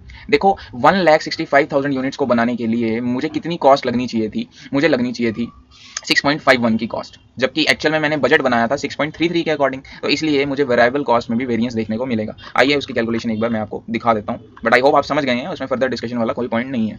वेरिएबल कॉस्ट वेरिएंसेस यहाँ निकाली हुई है, ये देखिए 6.51 is something which we are actually incurring. हमने सोचा था लेकिन 6.33 इंकर करने का, और एक्चुअल डेटा हमें दिया हुआ है, तो ये मेरी एडवर्स वेरिएंस निकल कर आ गई। और फिक्स कॉस्ट वेरिएंस 15,000 की मैं ऑलरेडी आप लोगों को बता चुका हूँ। तो सभी सेल्स और कॉस्ट में होने वाली वेरिएंसेस हम कंप्यूट कर चुके हैं, और अब हम इन दोनों को ऐड अप करके निकाल सकते हैं मेरे बजटेड और एक्चुअल में जो डिफरेंस आया है वो क्यों आया है। मेरा बजटेड प्रॉफिट था 5,19,000 का, बट मेरी सेल्स की जो डिमांड है वो कम हो गई, जिस वजह से मुझे ये दो वैरेंसीज आई और मेरा प्रॉफिट कम हो गया इन दो पर्टिकुलर अमाउंट से। मेरी सिर्फ डिमांड की ही बात नहीं है, मेरा जो सेलिंग प्राइस है वो भी फॉल हुआ, जिस वजह से मुझे फर्दर अपने प्रॉफिट में 39,600 का लॉस इंकर करना पड़ा। अगर मैं कॉस्ट की बात करूं, मेरी जो फिक्स्ड कॉस्ट थी वो इंक्रीज हो गई 15,000 से, जिससे अगेन मेरा बजट प्रॉफिट इंपैक्ट हुआ। और अगर मैं वेरिएबल कॉस्ट की बात करूं तो मेरी वेरिएबल कॉस्ट भी इंक्रीज हो गई। मैंने सोचा था कि 10.26 होगी, बट एक्चुअल में वो कॉस्ट, सॉरी 10.26 नहीं, मैंने सोचा था कि 6.33 पर यूनिट की कॉस्ट इंकर होगी, बट एक्चुअल में 6.51 पर यूनिट की कॉस्ट इंकर हुई, जिस वजह से मुझे एडिशनल वेरिएबल कॉस्ट का भी खर्चा बियर करना पड़ा। और जब मैं टोटल बजटेड प्रॉफिट में से ये सब एक्सपेंसेस को माइनस कर दूंगा, I will get my actual profit to be 2,88,750। Sales variances के ऊपर ये एक अच्छा क्वेश्चन है दोस्तों, होपफुली आप इसे अच्छे से समझ गए होंगे। ज़्यादा टफ नहीं है, जस्ट आपको सोचना आना चाहिए कि अगर प्रॉफिट हमारा गिरा है तो उसके क्या क्या रीजन होने चाहिए, और वो रीजन आप कैलकुलेट कीजिए। देखो, मैं ये नहीं कह रहा हूँ आपको कि आपको रटने की जरूरत है, ठीक है। आईसीआई के आंसर में उन्होंने वर्ड यूज किया है वॉल्यूम कॉन्ट्रीब्यूशन प्लानिंग, लेकिन अगर आप इसे प्लानिंग वेराइंसीज भी लिख देंगे फुल मार्क्स मिलेंगे आपको। अगर आप वॉल्यूम कॉन्ट्रीब्यूशन ऑपरेशनल की बजाय ऑपरेशनल वेराइंसीज इन सेल्स लिख देंगे तो भी आपको पूरे नंबर मिलेंगे। तो आपको वर्डिंग्स में नहीं जाना है इस पर्टिकुलर चैप्टर में। मैं मानता हूँ कॉस्टिंग ग्रुप 2 का ऑडिट बन चुका है, इसमें कोई डाउट नहीं है, लेकिन आप बाकी चैप्टर्स में वर्ड टू वर्ड और कीवर्ड ढूंढने की कोशिश कीजिए। स्टैंडर्ड कॉस्टिंग का चैप्टर एक ऐसा चैप्टर है जहां पे आप वर्ड टू वर्ड नहीं भी लिखेंगे बट आंसर सही निकालेंगे तो आपको पूरे नंबर मिलेंगे। मुझ पर विश्वास नहीं है तो सजेस्टेड आंसर देख लीजिए। आईसीआई के स्टडी मैट में और सजेस्टेड आंसर्स में कहीं जगह पे वर्ड्स चेंज मिलेंगे आपको इस पर्टिकुलर चैप्टर में, बट अगर आंसर सही है तो पूरे मार्क्स आईसीआई अलॉट कर देगा आपको। सो चलिए, ये क्वेश्चन यहाँ पर खत्म हो गया है और अब डिस्कशन करते हैं अपने नेक्स्ट क्वेश्चन की फटाफट से। तो चलिए डिस्कशन करते हैं नेक्स्ट इलस्ट्रेशन की, इलस्ट्रेशन नंबर 6। बहुत ही सिंपल इलस्ट्रेशन है, थोड़ा सा कंफ्यूजिंग है, तो वो कंफ्यूजन क्या है वो डिस्कस कर लेंगे। Queensland chemicals manufactures high quality chemicals C1, C2 and C3, तीन तरीके की केमिकल्स बनाती है ये कंपनी, और कुछ extracts, budgeted extracts last year से हमें दिए हुए हैं, यानी बेसिकली हमें बजटेड डेटा दिया हुआ है कुछ इस तरीके से, ठीक है। फाइन, आगे देखते हैं इन्होंने क्या दिया हुआ है क्वेश्चन में। The budgeted direct labour cost per hour was ₹160, ठीक है फाइन। उसके बाद इन्होंने दिया हुआ है हमें एक्चुअल रिजल्ट्स। मैं बार बार एक क्वेश्चन में, हर क्वेश्चन में यही बात बोल रहा हूँ कि आपको सबसे पहले तीन डेटास पर नजर रखनी है। सबसे पहला डेटा होगा आपका बजटेड डेटा, ठीक है। अब तो आपको लगेगा कि मैं आपको बोर कर रहा हूँ, बट जरूरी है, सबसे पहले होना चाहिए आपके पास बजटेड डेटा, फिर आपके पास होना चाहिए रिवाइज्ड डेटा, और आपके पास जब ये दोनों आ जाएंगे तो लास्ट में आपको ढूंढना है एक्चुअल डेटा। इन तीनों डेटा के बेस पर ही आप कोई भी क्वेश्चन सॉल्व कर सकते हैं। तो क्वेश्चन में आपको फिलहाल इस पर्टिकुलर क्वेश्चन में आपको बजटेड डेटा और एक्चुअल डेटा दिया हुआ है, रिवाइज डेटा की कोई बात इन्होंने नहीं की है। The actual direct labour cost per hour was 150, okay. हमने सोचा था कि 160 होगा बट एक्चुअली 150 हुआ है, कोई इशू नहीं है। Actual variable overhead cost per direct labour our was ₹20। Queensland company follows JIT for purchasing and production and does not hold any inventory. अब JIT क्या होता है वो आप लोग ऑलरेडी जानते हैं, हम पढ़ चुके हैं पुरानी वीडियोस में, in the videos of chapter number 4 हम वो डिस्कशन कर चुके हैं। अब क्वेश्चन की रिक्वायरमेंट है that interpret the sales mix variance and sales quantity variance. अब कंफ्यूजन क्या है इस क्वेश्चन में, जब ये क्वेश्चन इतना छोटा सा है, छोटू सा है और इतना सिंपल सा है, तो कंफ्यूजन क्या है। देखो, उन्होंने सिंपल सा बोला है कि हमें इंटरप्रिटेशन करनी है सेल्स मिक्स और सेल्स क्वांटिटी वेरिएंस की, यानी हमें डेटा एक्चुअल में बहुत ज़्यादा दिया हुआ है दोस्तों। हमें वेरिएबल कॉस्ट के बारे में भी बताया हुआ है, लेबर कॉस्ट के बारे में, मटेरियल कॉस्ट के बारे में अलग अलग डेटा दिया हुआ है, बट हमें इस सब की ज़रूरत नहीं है। हमारा बेसिक टारगेट सिर्फ इस सेल्स क्वांटिटी और एवरेज सेलिंग प्राइस के ऊपर है। बाकी डेटा की हमें ज़रूरत नहीं है वेरिएंसेस कंट्रीब्यूट या कैलकुलेट करने के लिए, तो हमें तो सिर्फ सेल्स मिक्स और सेल्स क्वांटिटी वेरिएंस निकालना है। आई होप आप दोनों समझते हैं कि सेल्स मिक्स और सेल्स क्वांटिटी वेरिएंस में क्या फ़र्क होता है। स्टिल जिन लोगों ने नहीं रीड आउट किया हुआ कभी, मैं उनके लिए एक ओवरव्यू देने की यहाँ पे कोशिश कर देता हूँ ताकि आपको क्वेश्चन समझने में एटलीस्ट कोई दिक्कत या तकलीफ ना आए। सेल्स क्वांटिटी वेरिएंस का मतलब है कि कितनी क्वांटिटी हमने सोची थी, प्लान की थी कि हम कितनी यूनिट्स बेचने वाले हैं, और एक्चुअल में मैंने कितनी यूनिट सेल आउट की। फॉर एग्जाम्पल, मैंने सोचा था कि मैं 100 यूनिट सेल आउट कर लूंगा, बट एक्चुअली मैं सिर्फ 80 यूनिट्स ही सेल आउट कर पाया। तो इस तरीके की वेरिएंस को बोलते हैं सेल्स क्वांटिटी वेरिएंस। अगर मैं सेल्स मिक्स वेरिएंस की बात करूं, देखो, जब भी कोई कंपनी एक से ज़्यादा प्रोडक्ट बनाती है और बेचती है तो हम बजट बनाते वक्त हर एक यूनिट का डिसाइड करते हैं सेलिंग क्वांटिटी, कि हम कितनी क्वांटिटी एक्सपेक्ट करते हैं टू सेल, और एक्चुअल रिजल्ट्स हम देखते हैं और एक्चुअल रिजल्ट्स में हर एक यूनिट की कितनी क्वांटिटी सेल हुई है। तो जब हम बजटेड डेटा बनाते हैं तो हम एक प्रोपोर्शन डिसाइड करते हैं कि ओके, मैं इस पर्टिकुलर प्रोडक्ट का इतना यूनिट सेल आउट करने वाला हूं। जैसे कि इस क्वेश्चन में हमने जब बजट बनाया तो हमने सोचा कि C1 का हम 1000 यूनिट सेल आउट करेंगे, C2 और C3 का 3250 और 750 रेस्पेक्टिवली सेल आउट करेंगे, बट एक्चुअली मैं सिर्फ 900, 3875 और 975 ही सेल आउट कर पाया, यानी कि मैंने जो मिक्स डिसाइड किया था अपने यूनिट्स का, उस मिक्स में मुझे चेंजेस देखने को मिले, और इस तरीके के चेंजेस को बोलते हैं सेल्स मिक्स वेरिएंस। अब आप कहेंगे कि सेल्स मिक्स वेरिएंस निकालने की क्या जरूरत है दोस्तों।